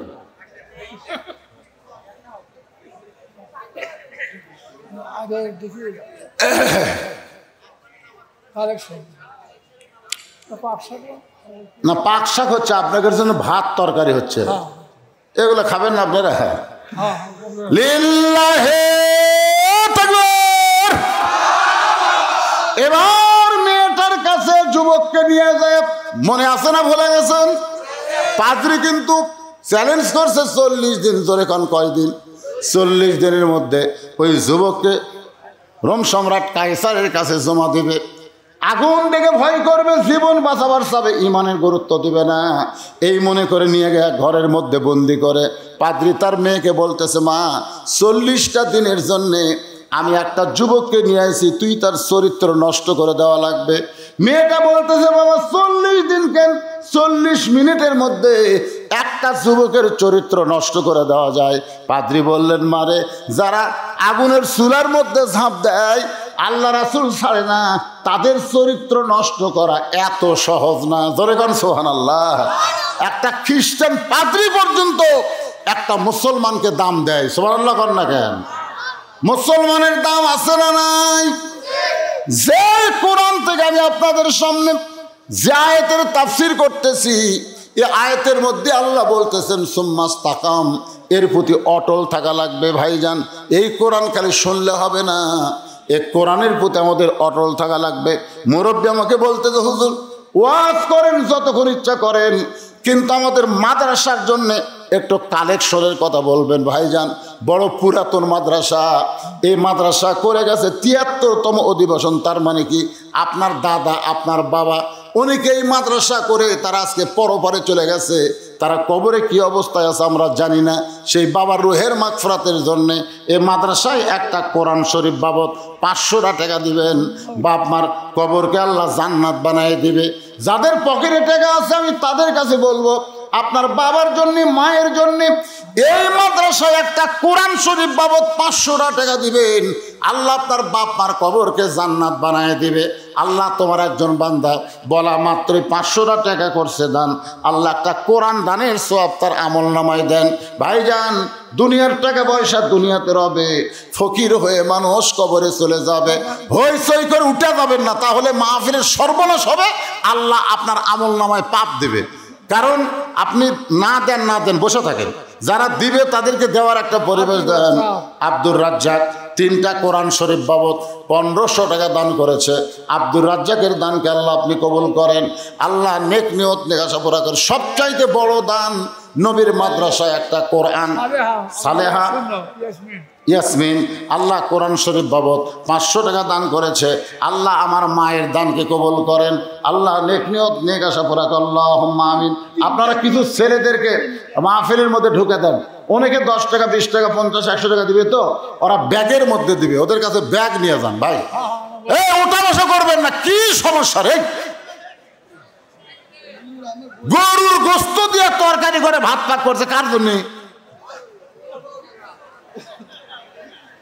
হ্যাঁ, টাকা দেওয়ার ভয় করতেছেন, না দেন, অন্তত তবারক তো খাবেন। যারা দিবেন তারা আমার কাছে আসেন। 500 টাকা 1000 টাকা কিছুই না ভাই যান। বাপ মা যারা কবরে গেছে ওই বাপ মার রুহের মাগফিরাতে দান করবেন। দুনিয়ারই সম্পদ দুনিয়াতে রবে, ফকির হয়ে মানুষ কবরে চলে যাবে। মাশাআল্লাহ মাশাআল্লাহ। আল্লাহ তোমার একজন বান্দা বাবার জন্য দোয়া চাইয়ে 2টা কোরআন বাবদ 1000 টাকা দান করেছে। আল্লাহ বাবার কবর জান্নাতের টুকরা বানায় দেন। আর একজন আল্লাহর বান্দা 1000 টাকা দান করেছে, আল্লাহ কবুল করেন। মায়ের জন্য দোয়া চাইয়া 200 টাকা দান করছে, আল্লাহ কবুল করেন। আল্লাহ তোমার একজন বান্দা 20টা টাকা দান করছে, আল্লাহ কবুল করেন। আল্লাহ এই যে ব্যাগ নিয়ে নামছে, দেন, ব্যাগের মধ্যে দেন, সবাই দেন, যাই যা পারবেন। বাবা আল্লাহর ওলির মাদ্রাসা রে, আজকালের মাদ্রাসা না, 73 বছর আগেকার মাদ্রাসা, বোঝেন না? বাপ মারা গেছে, বাবার রুহের মাগফিরাতে 500 টাকা দান করছে। আল্লাহ বাবার কবরকে জান্নাতের টুকরা বানায় দেন। মাদ্রাসার সভাপতি সেক্রেটারি সাহেব আপনারা আসেন, মাদ্রাসার সভাপতি সেক্রেটারি আপনারা আসেন, আল্লাহর রাস্তে আপনারা দানে শামিল হন। হাজার হাজার জনগণ তারা দেখতে চায় বর্তমান মাদ্রাসার সভাপতি সেক্রেটারি তারা মাদ্রাসাত কি দিল। আল্লাহ তোমার আর একজন বান্দা জি বাবার জন্যে মারা গেছে, বাবা মারা গেছে, বাবার কথা মনে করে 500 টাকা দান করছে। আল্লাহ বাবার কবরকে জান্নাতের টুকরা বানায় দেন। আল্লাহ তোমার আর একজন বান্দা কোরআন শরীফ বাবদ 500 টাকা দান করছে। আল্লাহ দানকে কবুল করেন। আল্লাহুম্মা আমিন। কবুল করো, কবুল করো। মদের কামনা দানকারীকে দিবেন জান্নাত, আল্লাহ নিরাশ। ভাইজান যারা পিছনে আছেন এই ফাঁকে আপনার সামনে আসেন, তো যারা গেছে চলে গেছে যাক, অসুবিধা নেই, আপনার জায়গা পরিবর্তন করে সামনে আসেন, সামনে আসেন। আমি আপনাদের নিয়ে বাকি কথাগুলো বলে আমি মোনাজাত করে বিদায় নিব, তারপর আরও আলোচনা আছে, অসুবিধা নেই। আল্লাহ তোমার একজন বান্দা 100 টাকা দান। এই সবাই সামনে আসেন না কেন? 2 জায়গা আপনার জান্নাতের সাক্ষী হবে। এক জায়গায় বসে আছিলেন ওই জায়গা, আবার যে জায়গা পরিবর্তন করে আসতেছেন, অনেকে মনে করছে হুজুর খেরের উপর বসে উসুম করছি, ওই উসুম জায়গা ছাড়া যায়, 2 জায়গা আপনার জান্নাতের সাক্ষী হবে। সামনে আসেন। আল্লাহ তোমার একজন বান্দা 400 টাকা দান করছে, আল্লাহ দানকে কবুল করেন। এক হাজি সাহেব 200 টাকা দান করছে, আল্লাহ কবুল করেন। এ কোরআন শরীফ কুত্তে লিয়ে আসে, লিয়ে দেশ খায়, হ্যাঁ, এ খালি লিয়ে আসে আর লিয়ে যায়।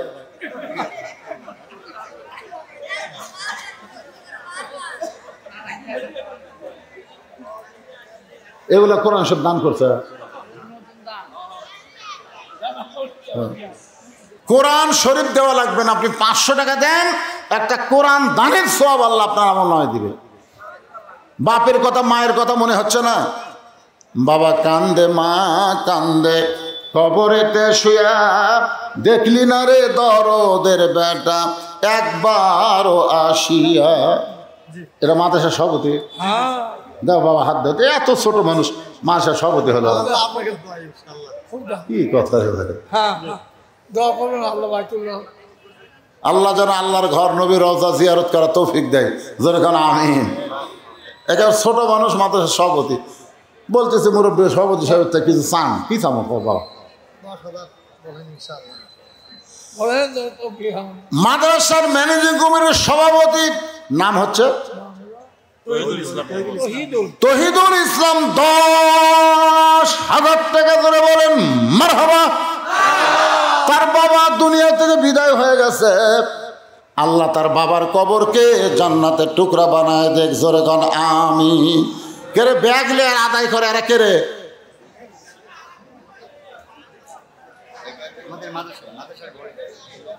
মাদ্রাসার ভলেন্টিয়ার না ছাত্র? হ্যাঁ, ছাত্র কিন্তু ওইরকম হয়। বাপ মায়ের জন্য 200 টাকা দান করে দোয়া চাই, আল্লাহ বাপ মার কবরকে জান্নাতের টুকরা বানায় দেন, আল্লাহুম্মা আমিন। এখন আলিয়া মাদ্রাসায় মানুষ দান করতে চায় কম কেন জানেন? মানে একটা আলিয়া মাদ্রাসা মানে একটা ডিগ্রি কলেজের সমান, একই বেতন, একই সুযোগ, একই সব। এই মাদ্রাসাগুলো সিদ্দিকিয়া যত মাদ্রাসা বাংলাদেশে আছে, এই মাদ্রাসাগুলো ফুরফুরের হুজুরা করে গেছে, ঠিক না?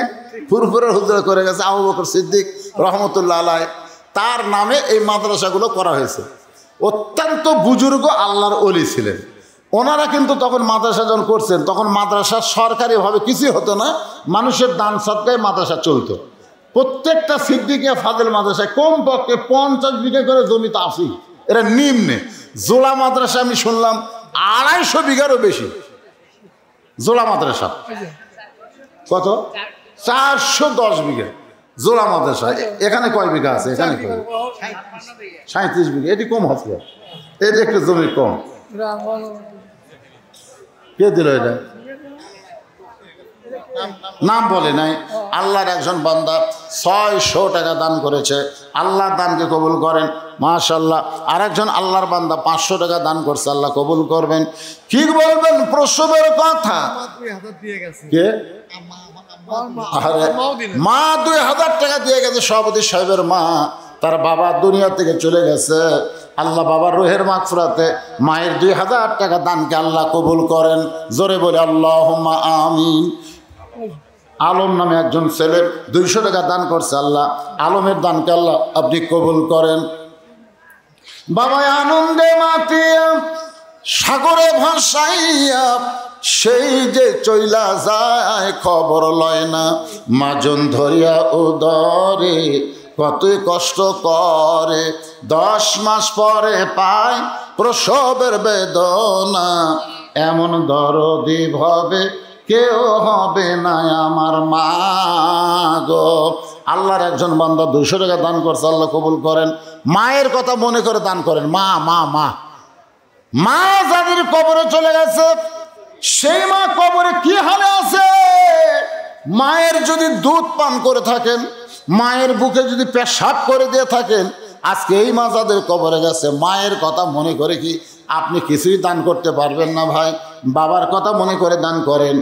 বাবা সন্তানের জন্য সব কিছু রাইখে এতিম হয়ে চলে গেছে। আমরা বলি না যে ছেলেটা এতিম হলো, আসলে ছেলে এতিম হয়নি, ছেলের চাচা আছে, মামা আছে, খালু আছে, কিন্তু যেই মানুষটা মারা গেল ওই মানুষটা ইয়েতিম হয়ে কবরে চলে যায়। মরে যাওয়ার পরে যদি আমরা তার পক্ষে কোনো দান না করি, সদকা না করি, বড় ইয়েতিম আফসোস করে, হাই রে এত কিছু রাইখে আসলাম, অথচ আমার নামে খোট্টা পড়ার মাহফিলে আমার ছেলেটা ঘুরতেছে, নাতিরা ঘুরতেছে, তারা কিছুই দান করতেছে না, তারা আফসোস করে। এই জন্যে সবাই কম বেশি দান করতেন। আনোয়ারা মেয়ে মানুষ, আনোয়ারা নামে আমার একজন মা 1000 টাকা দান করেছে। আল্লাহ মা আনোয়ারার দানকে আল্লাহ আপনি কবুল করেন। আর একজন 100 টাকা দান করছে, আল্লাহ কবুল করেন।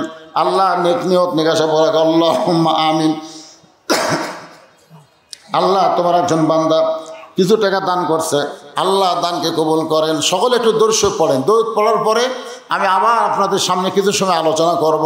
আল্লাহুম্মা সাল্লি আলা। দুই ভাই, যার দুই ভাই চলে গেছে, কোথায় গেছে? জান্নাতে। জোরে বলেন কোথায়? এক ভাইকে জান্নাতে যাওয়ার জন্য যখন রেডি, জি, একটা বয়স্ক মহিলা বাপ মার জন্য 100 টাকা দান করছে। আল্লাহ দানকে আপনি কবুল করেন। ওয়াজের মাঝখানে একটু বিরতি থাকলে ওয়াজ বুঝতে একটু সমস্যা হয়। আপনারা খেয়াল করেন, কয় ভাই? দুই ভাই কুটি গেছে, মাশাআল্লাহ। হ্যাঁ, এই কথা শুনবার চাচ্ছি। মারা গেছে এটা কথা যাবে না, দুই ভাই জান্নাতে চলে গেছে। এই ভাইকে ঈমান নষ্ট করার জন্য একটা সুন্দরী মেয়ের পাল্লায় আজকে সরকার যদি আইন করে, আইন আছে না নাই? এই সরকার আইন করছে, অ্যাসিড মারলে মৃত্যুদণ্ড, ধর্ষণ করলে মৃত্যুদণ্ড। আমি সরকারকে বলবো, যতই মৃত্যুদণ্ডর আইন করেন, বাংলাদেশ থেকে অ্যাসিড মারা, ধর্ষণ করা বন্ধ হবে না। এমনকি ছোট বাচ্চারাও পর্যন্ত ধর্ষণ হচ্ছে, ধরে কোন ঠিক কিনা? এখন এই ধর্ষণের অ্যাসিড মারা বন্ধ করতে গেলে আল্লাহর কোরআনের আইন চালু করা লাগবে। আল্লাহ কোরআনে বললেন, অকরনা ফি বুয়ুতিকুন্না ওয়ালা তাবাররাজনা তাবাররুজাল জাহিলিয়াতিল উলা। আপনারা বলেন তো, ঘরের মধ্যে যদি শুটকি মাছ থাকে, কি মাছ? শুটকি মাছ থাকলে বিড়ালক দাওয়াত দেওয়া লাগে। ওই ঘরে শুটকি আছে, বিড়াল তোমার দাওয়াত দেওয়া লাগবে না, কারণ শুটকির সাথে বিড়ালের নাকের একটা সম্পর্ক আছে। বিড়াল নাক টানতে টানতে ঘরের কাছে যায়, দেখে দরজা খোলা। আপনারা বলেন তো, যেই ঘরে শুটকি আছে ওই ঘরের দরজা যদি খোলা থাকে, বিড়াল খুশি হয় না রাগ করে? খুশি হয়ে ঘরের মধ্যে ঢুকে দেখে খাটের তলে পাতিলের শুটকি, তার উপর আবার ঢাকনা নাই, পাতিলের উপর আবার কি নাই। বিড়াল বিসমিল্লাহ ছাড়ায় সমানে শুটকি খায়। আপনারা বলেন তো, বিড়াল কিন্তু জানে শুটকি চুরি করে খাওয়া। এই সময় বিসমিল্লাহ বলা জায়েজ আছে? বাংলাদেশের সংবিধান থেকে যারা বিসমিল্লাহ তুলবার চায়, একদল ভাড়া ছিল না যে সংবিধান থেকে বিসমিল্লাহ তুলে দেওয়া হোক, এরা কিন্তু চোরের দল। চোরে কোন কিসের দল? কারণ চোরের দল বিসমিল্লাহ তুলে দেবার চায়। আর আমাদের বাংলাদেশের একজন ক্রিকেটার এইবার এমপি হচ্ছে, ও আবার ঠিক মতো বিসমিল্লাহ কবার পারে না। কি কইছিল কোন তো? বিসমিল্লাহ রহমান রহিম। আচ্ছা, বিসমিল্লাহ রহমান রহিম না, বিসমিল্লাহ হির রহমানে বাদ দিছে। ও বিসমিল্লাহ রাহিম করছে, বিসমিল্লাহ রাহিম, বিসমিল্লাহির রাহিম। চিন্তা করে দেখেন, এই মানুষ আমার এমপি হচ্ছে। কোরআনের শাসন যদি চালু থাকতো, প্রত্যেকটা মডেল মসজিদের ইমাম হওয়া লাগতো এমপি সাহেব। ধরে কান কি সাহেব? তাহলে সাকিব সাহেব, ফেরদৌস সাহেব, এই সাহেবগুলো যদি ইমামতি করবার যায়, ঠিক মতো বিসমিল্লাহ কবার পারে না। হায়রে বাংলাদেশ, বলার কোনো কথা নাই। দেশে আইলো কলিকাল, ভেড়া চাটে বাঘের গাল। আসল কথা বললে তোমায় জেলে দিবে রে, আসল কথা বললে তোমায় মারবে। এবার মমতাজ যখন ফেল করছে, বলছেন আমি সাথে সাথে 4 রাকাত নামাজ পড়ছি।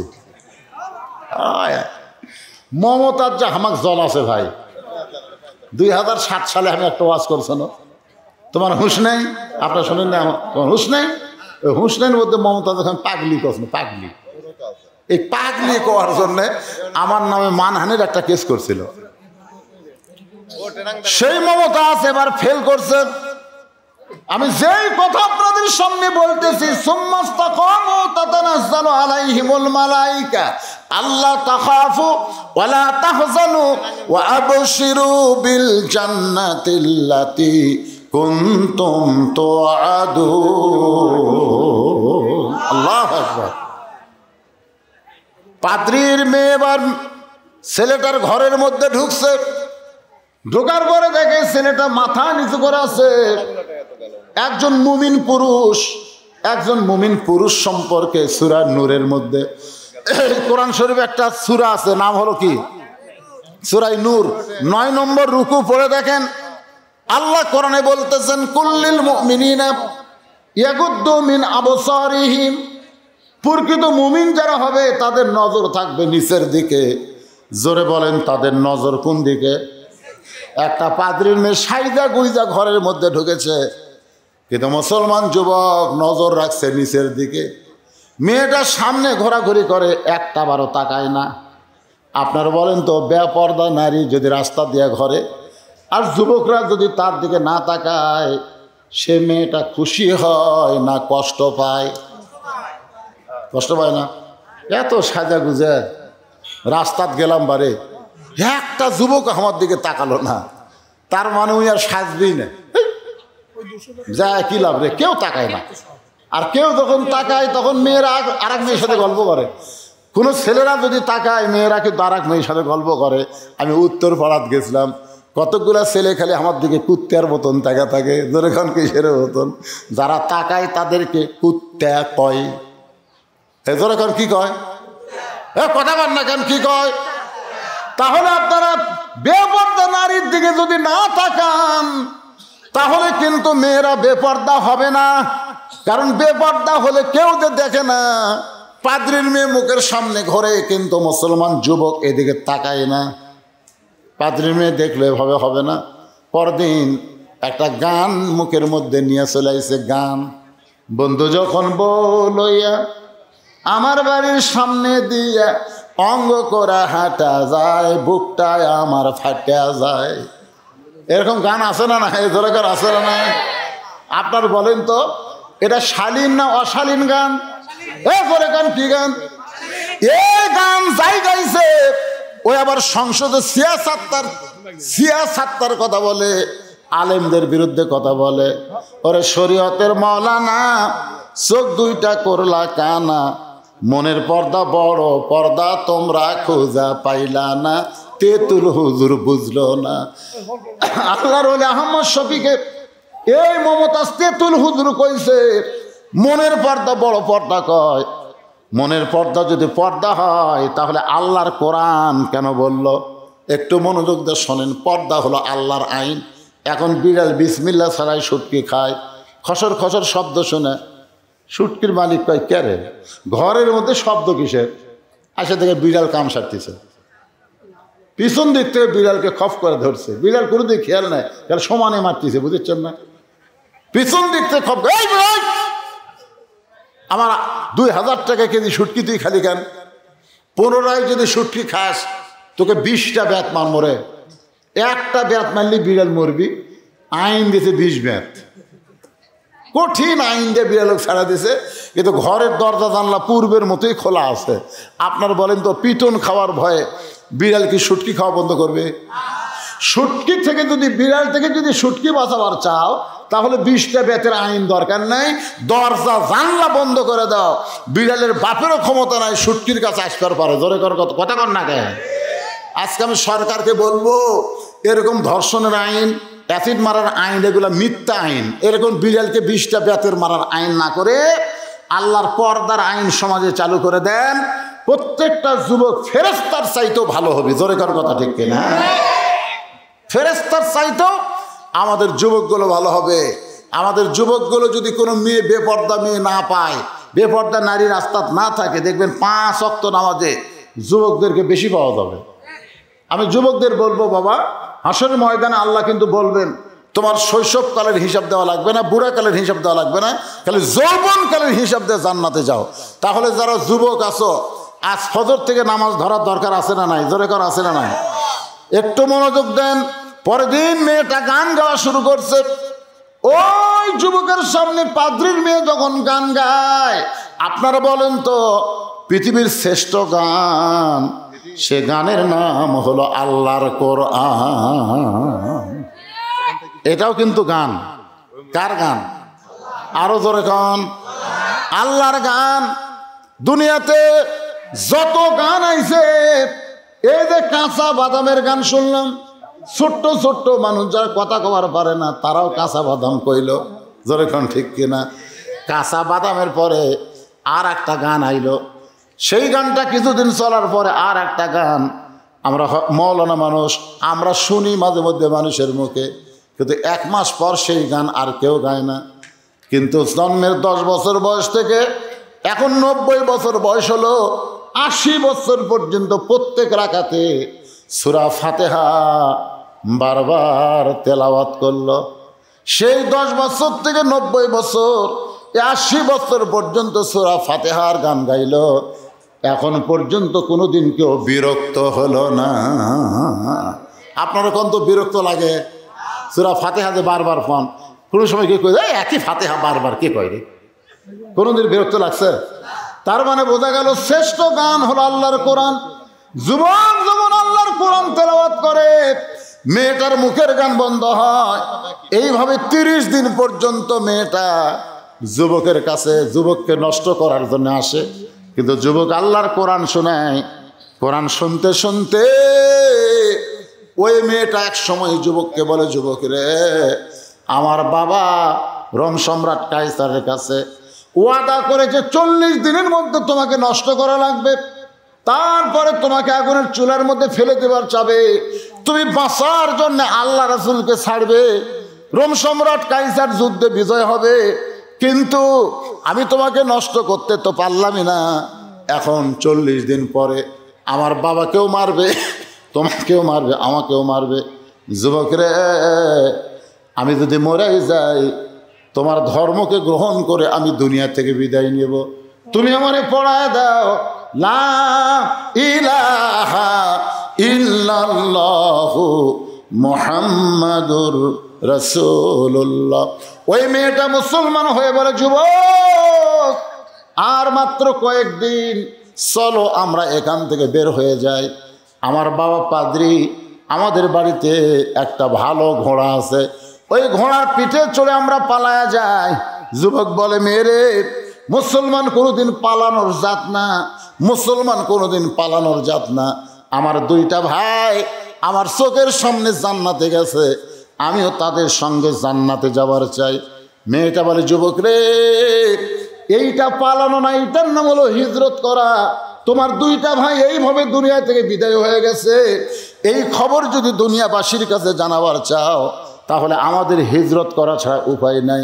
এখন মেয়েটাকে সঙ্গে করে নিয়ে ওই মুসলমান যুবক ঘোড়ার পিঠে চড়ে গভীর রাত্রে যখন রোম থেকে পালাবার চায়, রোম শহর শেষ করে যখন চলে যাচ্ছে, এমন সময় মা আহাদান ইয়াদখুলুল জান্নাতা ইউহিব্বু ইয়ারজি ইলাদ দুনিয়া ওয়ালা হুমা আলাল আরদি মিন শাইইন ইল্লা শাহীদুন ইয়াতামান্না ইয়ারজি ইলাদ দুনিয়া ফায়ুক্তাল আশারা মাররাতান লিমা ইয়ারা মিনাল কারামাতি।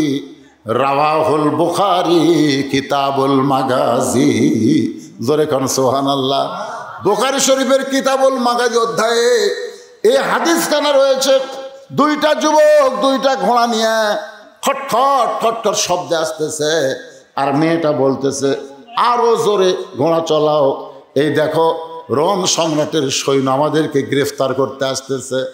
যুবক বলে, মেয়েরে, এত ভয় করো না, এত ভয় করো না। যদি আমাদেরকে গ্রেফতার করে নিয়ে যায়, আমাদেরকে হত্যা করবে, আর হত্যা করার সঙ্গে সঙ্গে আমাদের দেহ দুনিয়াতে থাকবে, আমাদের পাখিকে আল্লাহ জান্নাত দিয়া দিবে। একমাত্র ভয় কার? আরো জোরে বলেন, আল্লাহর ভয়। আত্তাকুল্লাহ হাক্কা তুকাতিহি ওয়ালা তামুতুন্না ইল্লা ওয়া আনতুম মুসলিমুন। এমন সময় একজন ডাকতেছে, আব্দুল্লাহ রে, এ আব্দুল্লাহ। তখন যুবক বলে, রে মেয়ে, এই যে আব্দুল্লাহ বলে ডাকলো, আমার নাম তো আব্দুল্লাহ, আমার নাম ধরে কে ডাকলো? পিছন থেকে তাকায় দেখে ওই দুই ভাই, তার সামনে যাদেরকে হত্যা করা হলো তারাই দুই ভাই, সাদা দুইটা ঘোড়ার পিছনে ধরে গন সুবহানাল্লাহ। আব্দুল্লাহ ঘোড়া ব্রেক করলো, ওই দুই ভাই বলতেছে, আমরা জান্নাত থেকে আইছি তোমাদেরকে হালাল করার জন্যে, তোমাদের দুইজনকে বিবাহ দেওয়ার জন্য আমরা জান্নাত থেকে আইছি। জান্নাত থেকে দুইজন যুবক এসে ওই ছেলে মেয়েটার বিবাহ পড়ায় দিল। আজকের ঘটনার মাধ্যমে আমি আপনাদেরকে যেটা বুঝাইতে চাই, আল্লাহকে রব বলে স্বীকার করে এর প্রতি যারা ইস্তেকাম থাকবে, দুনিয়াতে সাময়িক তাদের কষ্ট হতে পারে, কিন্তু মরার সঙ্গে সঙ্গে আল্লাহ তাদেরকে জান্নাত দিয়া দিবে। ইন্নাল্লাযীনা ক্বালু রাব্বুনাল্লাহু সুম্মা ইসতাকামু তাতানাজ্জালু আলাইহিমুল মালাইকা আল্লা তাখাফু ওয়া লা তাহজানু ওয়া আবশিরু বিল জান্নাতিল্লাতী কুনতুম তুআদুন। আল্লাহ আজকের এই আলোচনা বক্তা শ্রোতা সকলকে আমল করার তৌফিক দান করুন। সকলে বলে আল্লাহুম্মা আমিন। আমি সংক্ষিপ্ত একটা মোনাজাত করব, সবাই হাত তুলে আল্লাহুম্মা আমিন। সবার জন্য আল্লাহ, কঠিন শীতের ভিতরে তোমার পাগল বান্দা বান্দিরা আরামের বাড়ি আরামের ঘরকে বাদ দিয়া এই যে খেরের উপরে বসে ঘন্টার পর ঘন্টা আলোচনা শুনলো। আল্লাহ মেহেরবানি করে আজকের মাহফিল আমাদের সকলের হেদায়েতের জন্যে, নাজাতের জন্যে, জান্নাতের জন্যে কবুল করে নাও। আল্লাহ খোট্টাফড়া মাদ্রাসাকে কিয়ামত পর্যন্ত কবুল করে নাও। আল্লাহ, আয় আল্লাহ, ৭৩তম অধিবেশন চলতেছে। এ মাদ্রাসার জায়গা জমি দিয়া টাকা পয়সা দিয়া শুরুতে যারা মাদ্রাসা করে দিছে, আজকে অনেকেই তারা দুনিয়া থেকে কবরের বাসী হয়ে গেছে। আল্লাহ গো, তাদের জন্য দোয়া করি, তাদের কবরকে জান্নাতের টুকরা বানিয়ে দাও। আল্লাহ, মাদ্রাসা যারা টাকা পয়সা দিয়া করে দিল, আজকেও যারা দান করলো, আল্লাহ সকলের দানগুলোকে কবুল করে নাও। আল্লাহ, আমরা যারা হাত তুলেছি, আমাদের জনম দুঃখনী মা যাদের কবরে চলে গেছে, আল্লাহ মেহেরবানি করে মায়ের কবরকে জান্নাতের টুকরা বানাও। মা যে কি জিনিস, যাদের মা নাই তারাই বুঝতেছে। রে মা হারা সন্তান, দুনিয়াতে সবই পাবে, কিন্তু মা চলে গেলে আর মা পাবে না। ডিসেম্বরের 25 তারিখে আমার মা দুনিয়া থেকে যখন চলে গেল, আমি যেদিকে তাকাই সবাই আছে, কিন্তু আমার দরদের মা আর দুনিয়াতে নাই। এই মা যাদের কবরে গেছে, আল্লাহ তাহাজ্জুদের সময় দোয়া করি, মায়ের কবরকে তুমি জান্নাত বানায়া দাও। বাবার বাড়িঘর সবই আছে, আমরা যারা বাবা হারা এতিম হয়ে হাত তুলেছি, আল্লাহ মেহেরবানি করে বাবার কবরকে জান্নাতের টুকরা বানাও। আল্লাহ, আমার পাশে বসে বলতে যে হুজুর আমার জন্য দোয়া করবেন, বাপ মার জন্য দোয়া করবেন, আল্লাহ তার জন্য প্রাণ খুলে দোয়া করি। আমার মাহফিলের তারিখ নেওয়ার কোনো ব্যাপার ছিল না, তারিখ নেওয়ার মতন কোনো তারিখও ফাঁকা ছিল না, কিন্তু আমার জামাইয়ের সঙ্গে আমার উমর ফারুক না নাম ফোরকান, আল্লাহ অনেক চেষ্টা করে আজকের এই মাহফিলের আয়োজন করেছে, আমাকে আনার ব্যবস্থা করেছে। আল্লাহ তার জন্যে প্রাণ খুলে দোয়া করি, আল্লাহ তাকে কবুল করে নাও, তার পরিবারের প্রতি রহমত বরকতের দরজা খুলে দেবে।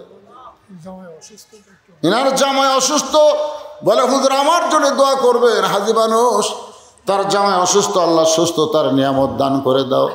আল্লাহ মাদ্রাসার ম্যানেজিং কমিটির সভাপতি, সেক্রেটারি, কেশিয়ার, আল্লাহ মাদ্রাসার প্রিন্সিপাল, মাদ্রাসার ভাইস প্রিন্সিপাল সহ মাদ্রাসার ওস্তাদ, আল্লাহ ম্যানেজিং কমিটির সমস্ত সদস্যকে আল্লাহ কবুল করে নাও।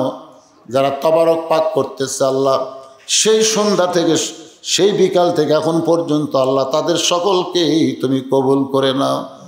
নগদে বাকিতে যারা দান করেছে আল্লাহ, সেরে সব একাই 3টা গরু দান করেছে, অনেকেই করেছে দান। আল্লাহ আজকের এই মাহফিলের জন্য সকলের দানগুলোকে আল্লাহ আপনি কবুল করে নেন। ও দরদে আল্লাহ, আমার মা বোনেরা পর্দার অন্তরালে বসে বসে ওয়াজ শুনেছে, আবিদা সালিহা পর্দার জি কবুল করে, মা ফাতেমার চরিত্র দান করে দেয় আল্লাহ। আমার পরে যারা আলোচনা করবে তাদেরকে সুন্দর আলোচনা করার তৌফিক দেন। 1 মিনিট খালি আপনারা চোখ বন্ধ করবেন। এই যুবকেরা সবাই চোখ বন্ধ করে চিন্তা করবেন, কত মানুষের জানাজার নামাজ আমরা পড়েছি, এই 2 হাত দিয়ে কত কবরে আমরা মাটি দিয়েছি।